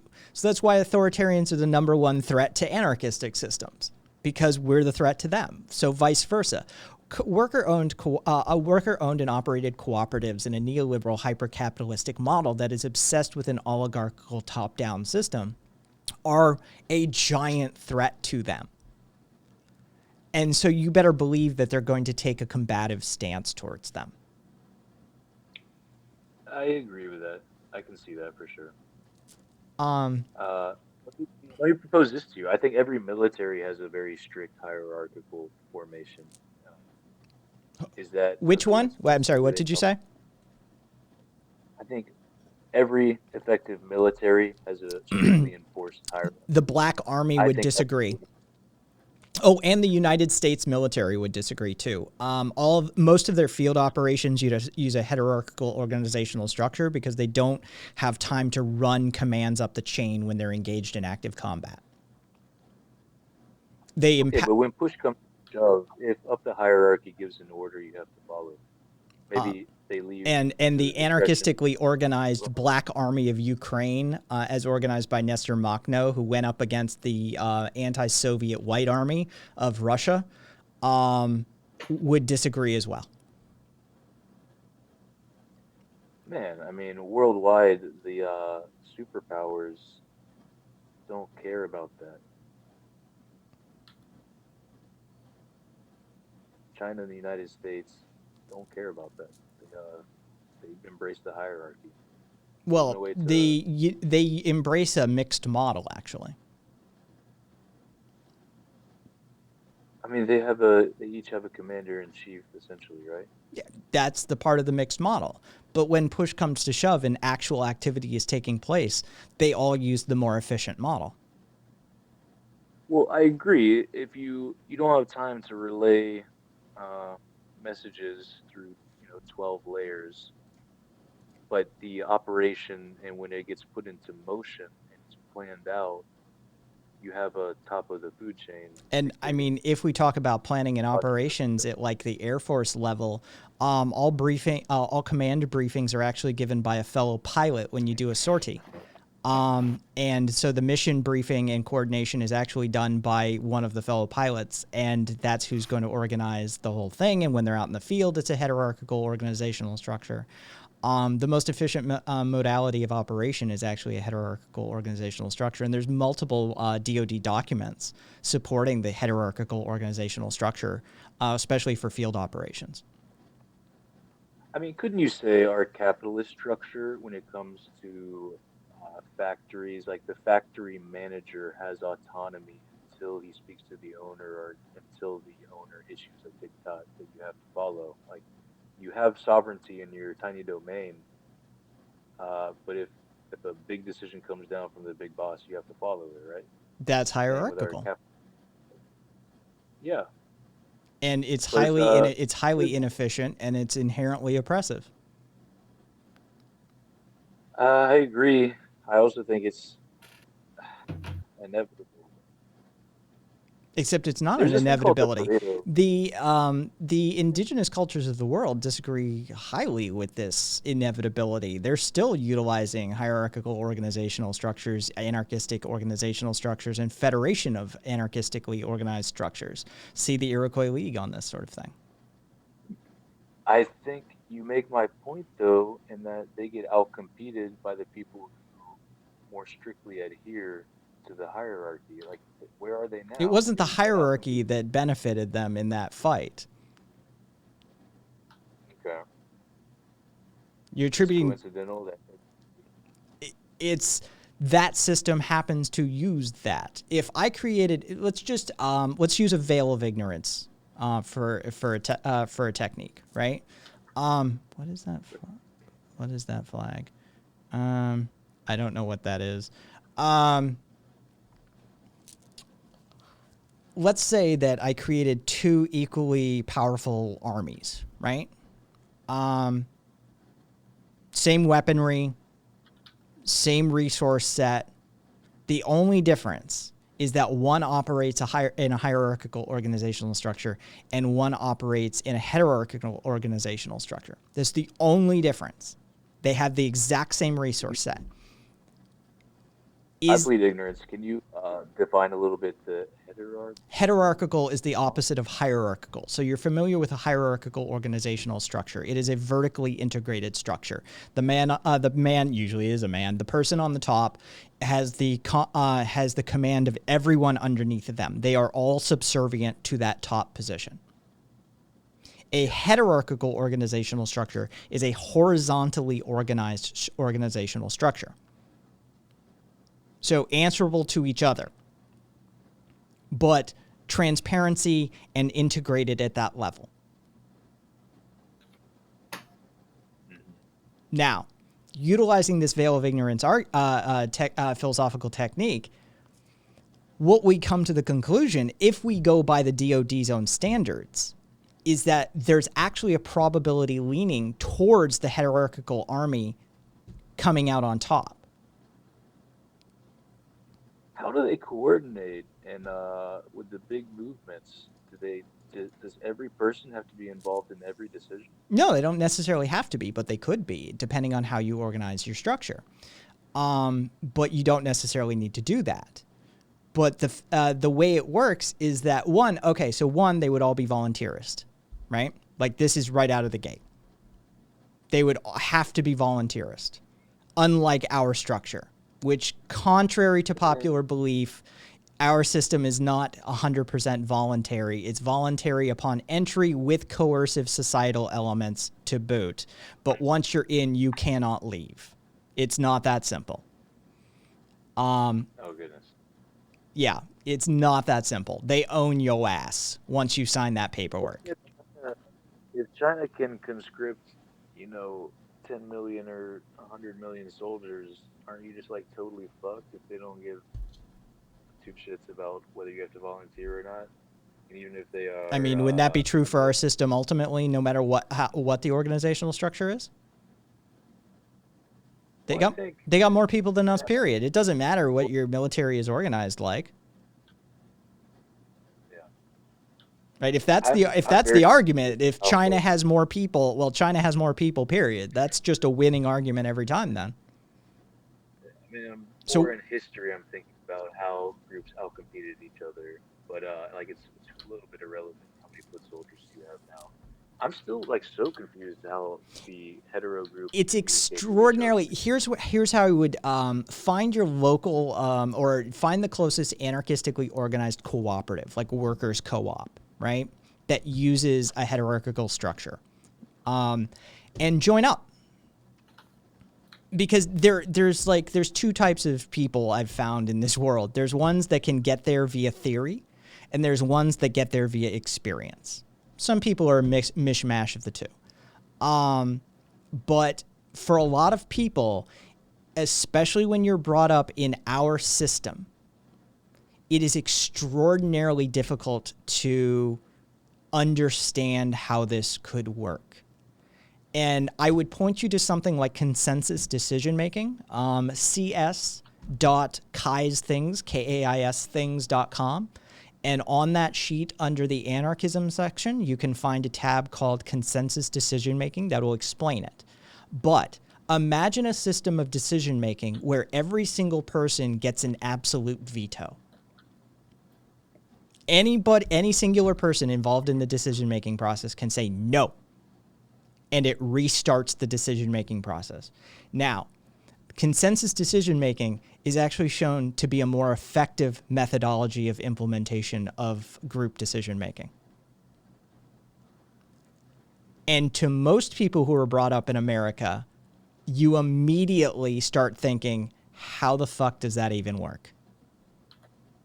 And does it scale? Is my main question. And point to the Iroquois League for this sort of demonstration. Does it scale? Yes, it scales to millions of people.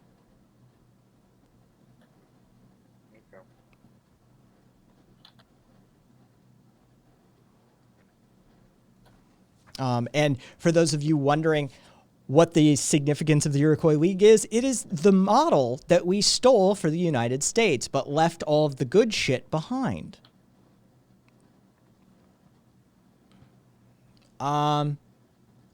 It looks like it looks like Devil Boy got 66,468 points out of that one.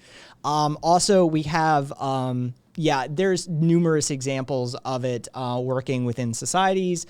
Free Territory in Ukraine, Christiana, which is in the Netherlands.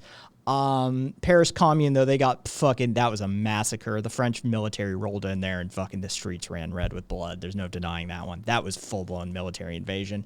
Puerto Real uses anarchistically organized syndicalists. They run the trade there. They run the ports. They run the shipyards, and now they've started to take over health, taxes, economic, environmental, and cultural preservation issues. That's in Puerto Real. That's in Spain. They have a long, storied history with anarchistic organizing, going back to like revolutionary Catalonia, and you can read Orwell's pieces on that. We've got Rojava right now. That's the Federation of Northern Syria. Giant fucking anarchistically organized. They fight terrorists. That's their gig. Like if you want to know who's fighting ISIS, look to Rojava. The Shinmin Autonomous Region was in Korea when we were doing a proxy war over there, who fucking actually took care of the Koreans, like that weren't sucked into that vacuum. It was the Shinmin Autonomous regions that were doing that. The Zapatista Autonomous Municipalities are still in existence in Mexico. They came into existence in 1994 and they're still going. They use anarchistically organized societies and communities. And then there's Zomia, which stretches from the Vietnamese highlands to the Tibetan plateau all the way over to Afghanistan. It's a geographical region that encompasses 100 million people, and they use anarchistic organizing principles. You can pull out a lot of examples. I'm impressed by your detailed knowledge of these things. It's the superpowers, like, come back to first foundations. Like, why did China embrace this hierarchical model? Why did the United States leave all the good stuff behind when it came to the Iroquois, was it? Why do we see Iroquois Confederacy or League? Because we were founded by a bunch of oligarchs.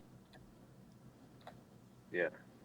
The origin point for the U.S. is a bunch of rich, landowning, slave-owning white males. For sure. There's this thing called the Pareto principle. Have you heard of it? It's like the top 20% of any field produce 80% of the productivity. You heard that?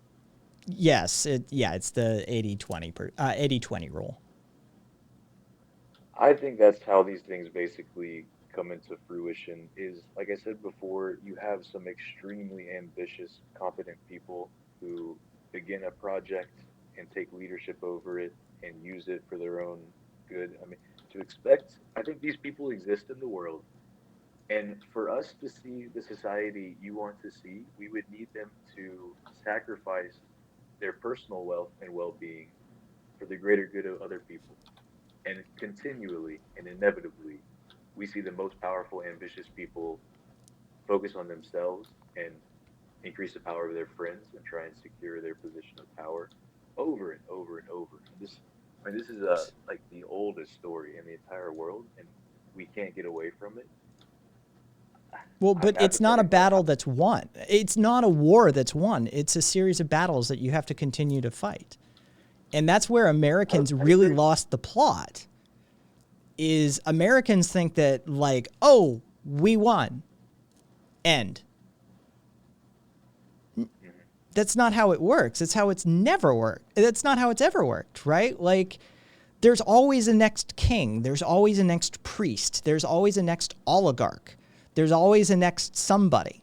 And you have to be aware of that. And you have to be ready to do political, economic, or verbal battle.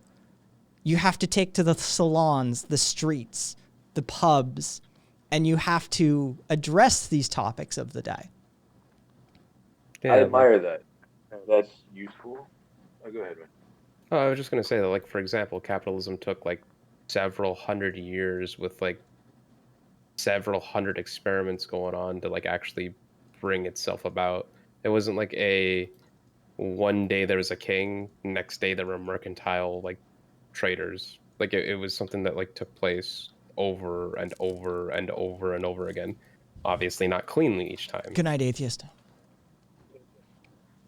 So, but you're describing a situation where we have to keep fighting. I admire that, and I want to do that. And I think the giant bankers and capitalists and whatnot, for a long time, I thought the bankers were despicable, and it's worth fighting. But to see that actually overturned and a new system adopted, we would need to see a very charismatic, competent person rise to leadership in the way maybe a lot of people hope Donald Trump would be. We would need to see them be successful, get all those people the fuck out of there, clear the swamp or whatever, and then not focus on themselves and increase their own wealth, but do the things you're saying. How do we? That's a misunderstanding of revolution. And that's a very leftist idea of revolution, by the way. That's a thing I have to fight with all the time. It's a point of contention. It's this, okay, so the West especially has this fictionalized, fantasized, idealized version of, they've got this sort of meta narrative going on that's born of the French Revolution. That there's this singular event that takes place and that leaders push forward to push to the forefront, and that there's going to be a great man who leads you through this, and through this singular event you overturn society. That's not what revolution looks like. Revolution is this long, protracted series of events that is occasionally punctuated by upticks in activity. And what an anarchist would say is that right there is where we have failed time and time and time again, is that you're looking to the leader. And that is what's going to fail you. Whether you have a vanguard class, whether you're familiar with, vanguardists, or whether you have this leader, that sort of thing, that's where the system's going to fail you. Because if you depose a dictator, inevitably another dictator will rise in their place if you utilize that sort of leadership principle. If you use a vanguard party, if you use revolutionaries who go in and take over, they will eventually rise to be the vanguard class. They will rise to be the political or capital ownership class. And the solution to that is to utilize anarchistic organization.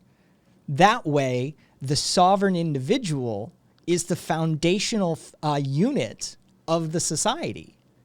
Because remember what we said in America, we said something very anarchistic, but we didn't actually do it. We were founding it on the sovereign individual, right? But we didn't actually do that. What we did was we created an oligarchical class that ruled over the vast majority of the populace, women, brown people, fucking black people. It was a whole shit show.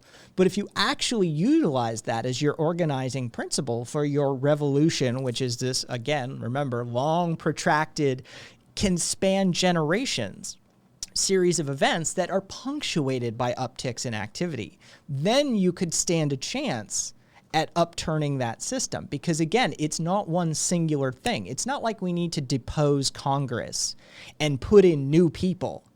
It's the idea of that Congress itself that is fundamentally flawed.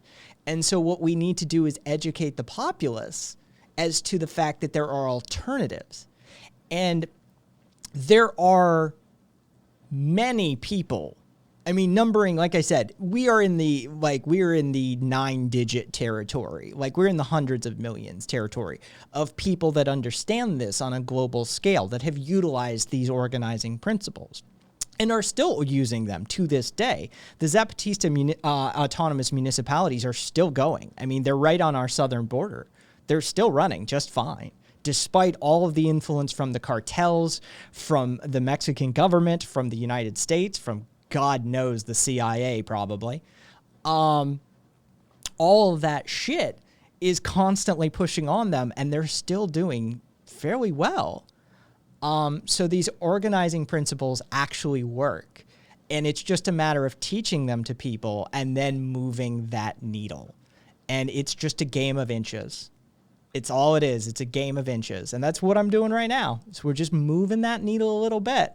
And chat's already fucking decided that I moved the needle on you a little bit. The prediction was 1. So, I mean, that's what you got to do. You got to get out there and say, like, dude, fucking, there's better ways. Like, I was talking to this guy, and there's better ways to do this. This is a fundamentally flawed system. And it is inherently oppressive. It is inherently coercive. It is inherently exploitative. And the sooner everybody recognizes that these are not like byproducts of the system, they are literally the internal traits. This is how the system operates. This is where profit is derived. It's derived by coercion and exploitation of the worker. This is Marxian analysis. Like, you know, this is labor theory of value, but even Marx himself said, you know, it's fucking Smith and Ricardo who I got the idea from. So, I mean, the founder of capitalism is the founder of modern economics, Adam Smith, fucking hated landlords, hated national borders, hated the rentier class, and saw that the fundamental unit of profit was exploitation of workers. And so the sooner we all come to grips with this stuff, the sooner we can just sort of look around at each other and go, okay, so what's next? Yeah. Can you outline what it looks like? What does your ideal system look like? Is it full-blown communism where everyone is on board with it? Eventually, okay, so it's a meme, but it's also what we actively advocate for. End stage, you and I won't see it in our lifetime. That's first thing. I am an old man who's planting a tree whose shade I will never sit in. Like, I firmly accept that. But end stage, what I'd like to see humanity get to, fully automated, queer space anarcho-communism. Basically Star Trek. It's Star Trek without the weird Federation shit. Like, they've got some weird military overtones going on. But yeah, we can easily achieve the luxury. The fully automated is a post-scarcity society, which we could easily achieve. We could achieve that today if we had the political will. I'm familiar with that. Have you seen his work? I'm sorry, who? Peter Joseph of films, the Zeitgeist films. Oh yeah, I know the Zeitgeist films. He's a big advocate. Basically, the stuff you're saying. It's he thinks, we can. Post-scarcity can happen today. That's not it's not something that's not like weird fucking woo-woo shit. Post-scarcity could happen today if we so willed it. That's a logistics issue. That's all.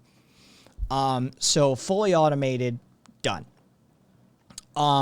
Space, yeah, we should be spacefaring. We shouldn't be limited to a single planet. And luxury, every single person could live in a reasonable sense of luxuriousness. That's 100% achievable too. Queer, we have to accept all of the weirdness of humanity. We need to get over ourselves. We are a broad rainbow and spectrum of bizarre and interesting and differing behaviors. And we need to just sort of accept that, you know, a lot of this shit is just inbuilt, and let's enjoy it. Let's embrace it. There are exceptions made for those that harm individuals. We should follow a non-aggression, non-harm principle of some sort. And then anarchistically organized communism, right? There shouldn't be nation states. There shouldn't be a class-based society. We should have pooled, common resource pools that we draw off of. We should be asking, you know, at most what you are capable of, and give you everything you could possibly need, and not only need, but anything that you could need to thrive in society, right? Like, not just bare essentials, but all of the stuff that you need to fulfill every last bit of your human potential. We could be providing for, and we should be organizing that as a ground-up principle basis, anarchistically speaking. Let me throw some riches in that before you keep going. If someone tries to take over a leadership role and start to form what looks like a government today, do we stop them? Do they get stopped? If they succeed, what do we do? Depends what they're trying to do. I mean, means ends sort of situation. Okay. If people let their ambition get the best of them and they want more than their neighbor and they start trading and create a little black market, do we There's no such thing stop as them? black markets in an anarchistic system. What if they choose to try and increase their wealth dramatically above their peers and they want to be the alpha male they try to do? Let's see. Hang on. Hold on. Barley. Okay. Yes. And the Lagrangian relaxation algorithm. All right. And yeah, that's hard math square. What do you do? Well, society and the individual both have the inalienable right to protect themselves against harm, right? That's straight up. The extent to which an anarchistic society would go to protect themselves from that would not go as far as an authoritarian system would go. They wouldn't roll in with guns a-blazing sort of situation. But as far as sanctioning and segregating goes, yeah, they would go to that extent. So what I think would develop from this is, as long as we have greedy people and very highly ambitious people, they're going to seek to create a special position for themselves and become materially wealthy.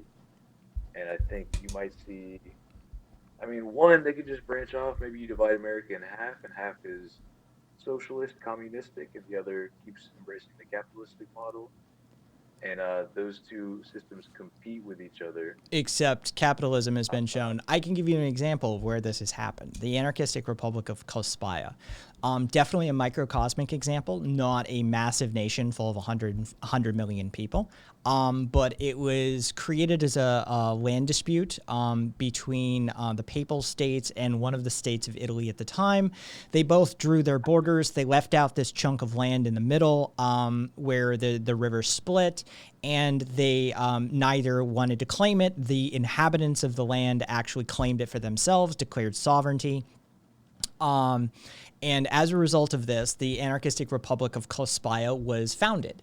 It lasted for 375 years before it became so resource rich that the Papal States decided that it was a threat, and they blockaded them and starved them out, and forced them to sign over their sovereignty. The act of subjugation is what they were forced to sign. You can go to Kospaya to this very day, and they have a festival in the fall, I believe, in which they sign these. They celebrate their original sovereignty, and the families were given what were called pepitos, little coins with the Pope's face on it as a sort of token of bullshit. But during their reign, which by the way was 375 years, they had no laws, no militaries, no hierarchies, no judges, no courts, and no police. They had none of that sort of thing. They were technically what would be described as anarcho-communitarian. And they lasted just fine. Any internal disputes were handled either by a by a recognized elder or a recognized delegate. But final decision, of course, relied on the community themselves.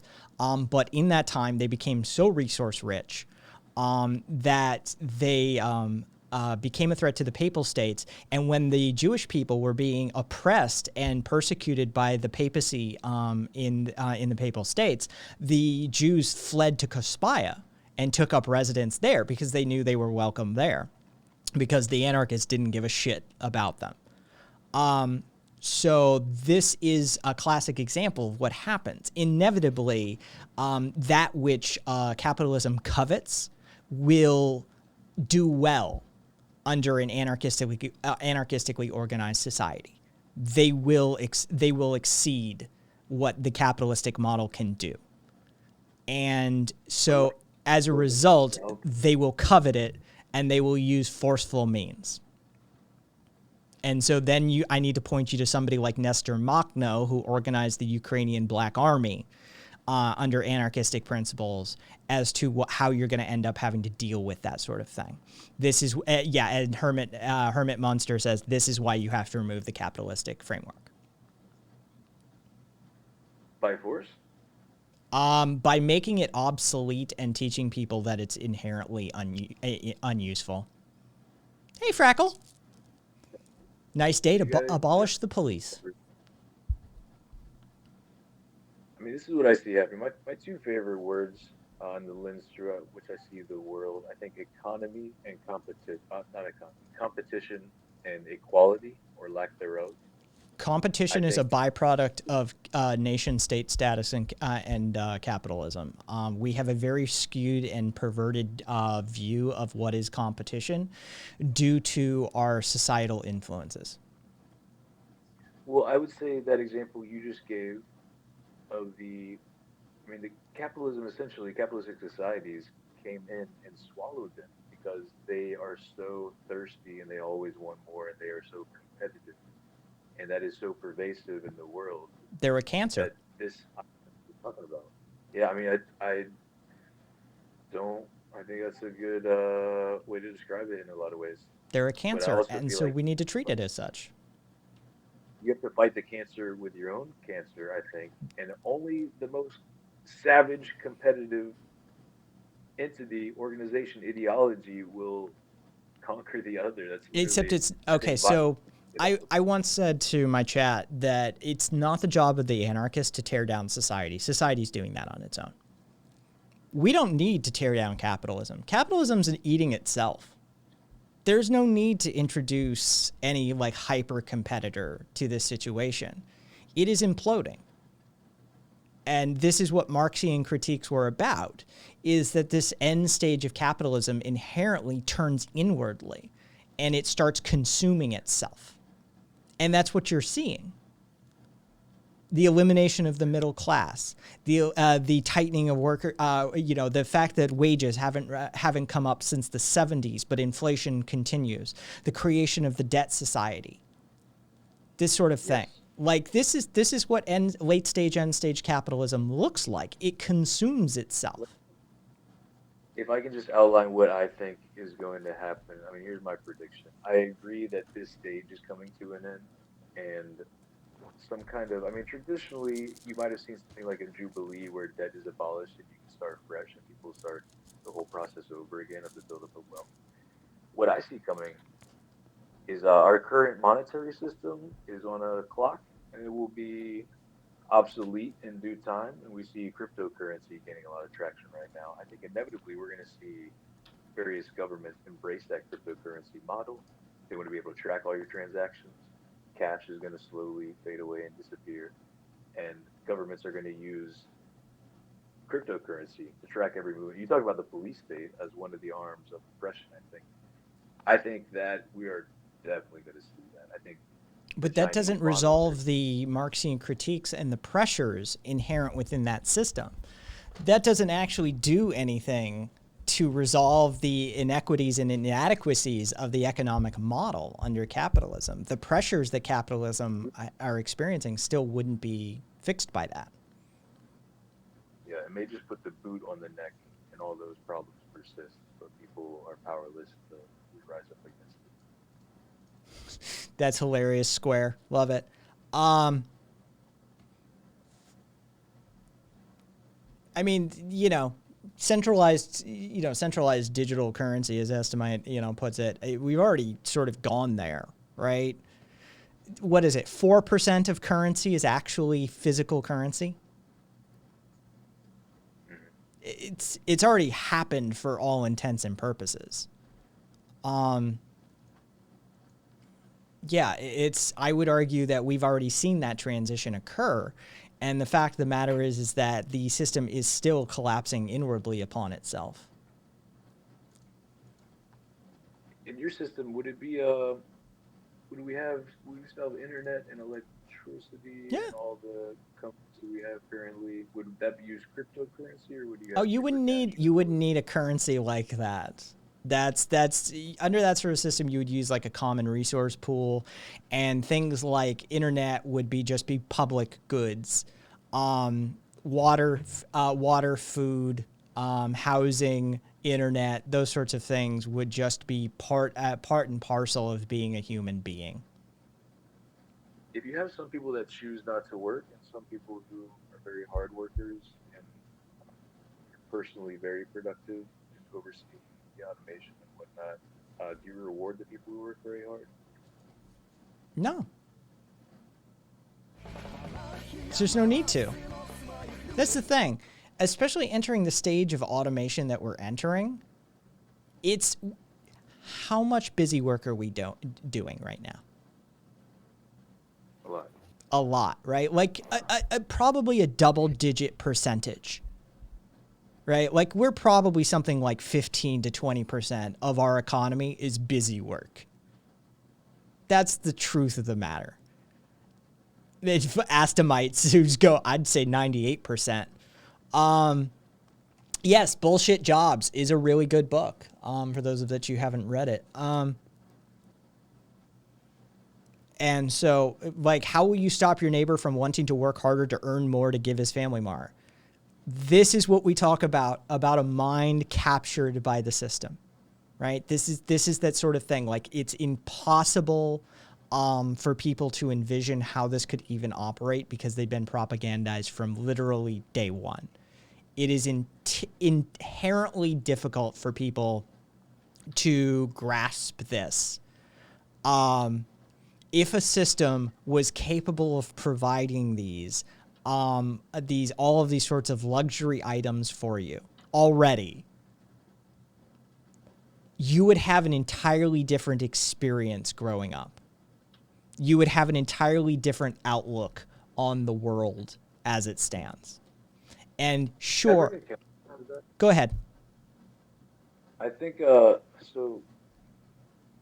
What I see is one of the driving forces of these greedy, frankly, men usually. And if you want to go like toxic masculinity route, I think this plays into it. But sexual selection is a big thing. And you see a lot of men seeking to dominate and increase wealth and make themselves more attractive.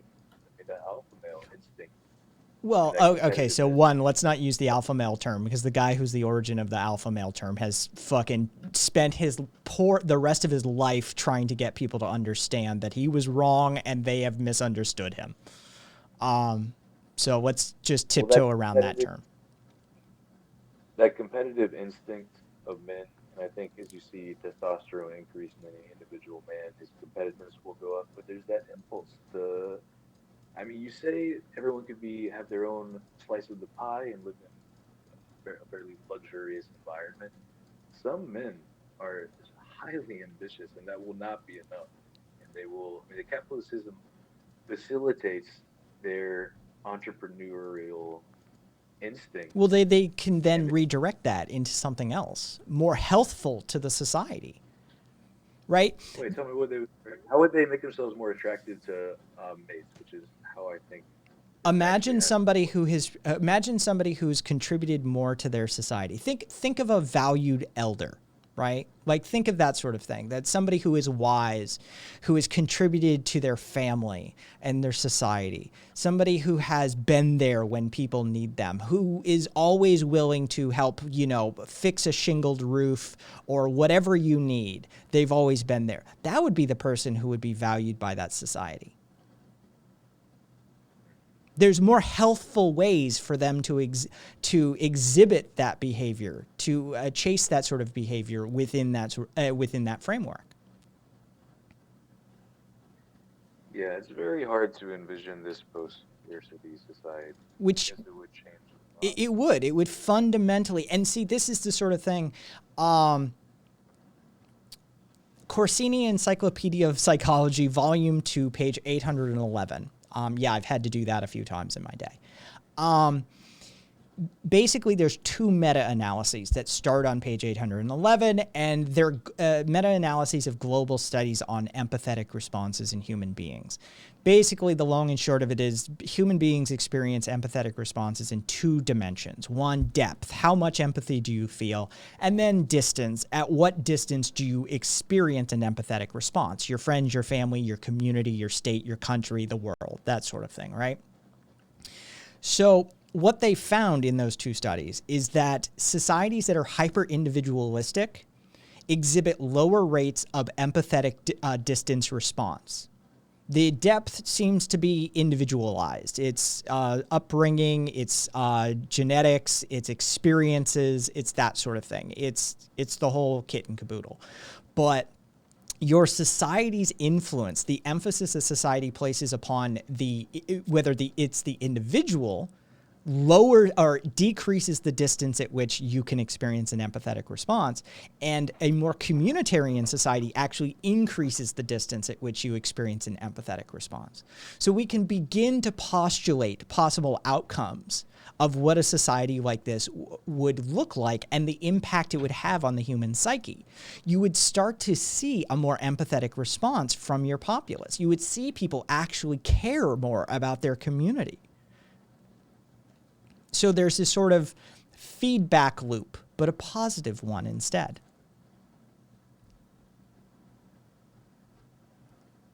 Yeah, it's possible. This has been proven. Is this something demonstrable? Oh yeah. Like I said, these are two meta-analyses of multiple global empathetic studies in psychology, and yeah, it's the Corsini Encyclopedia of Psychology, Volume 2, page 811 is where they the two meta-analyses start. But a meta-analysis is a study of multiple studies, so that's sort of how that goes. Okay.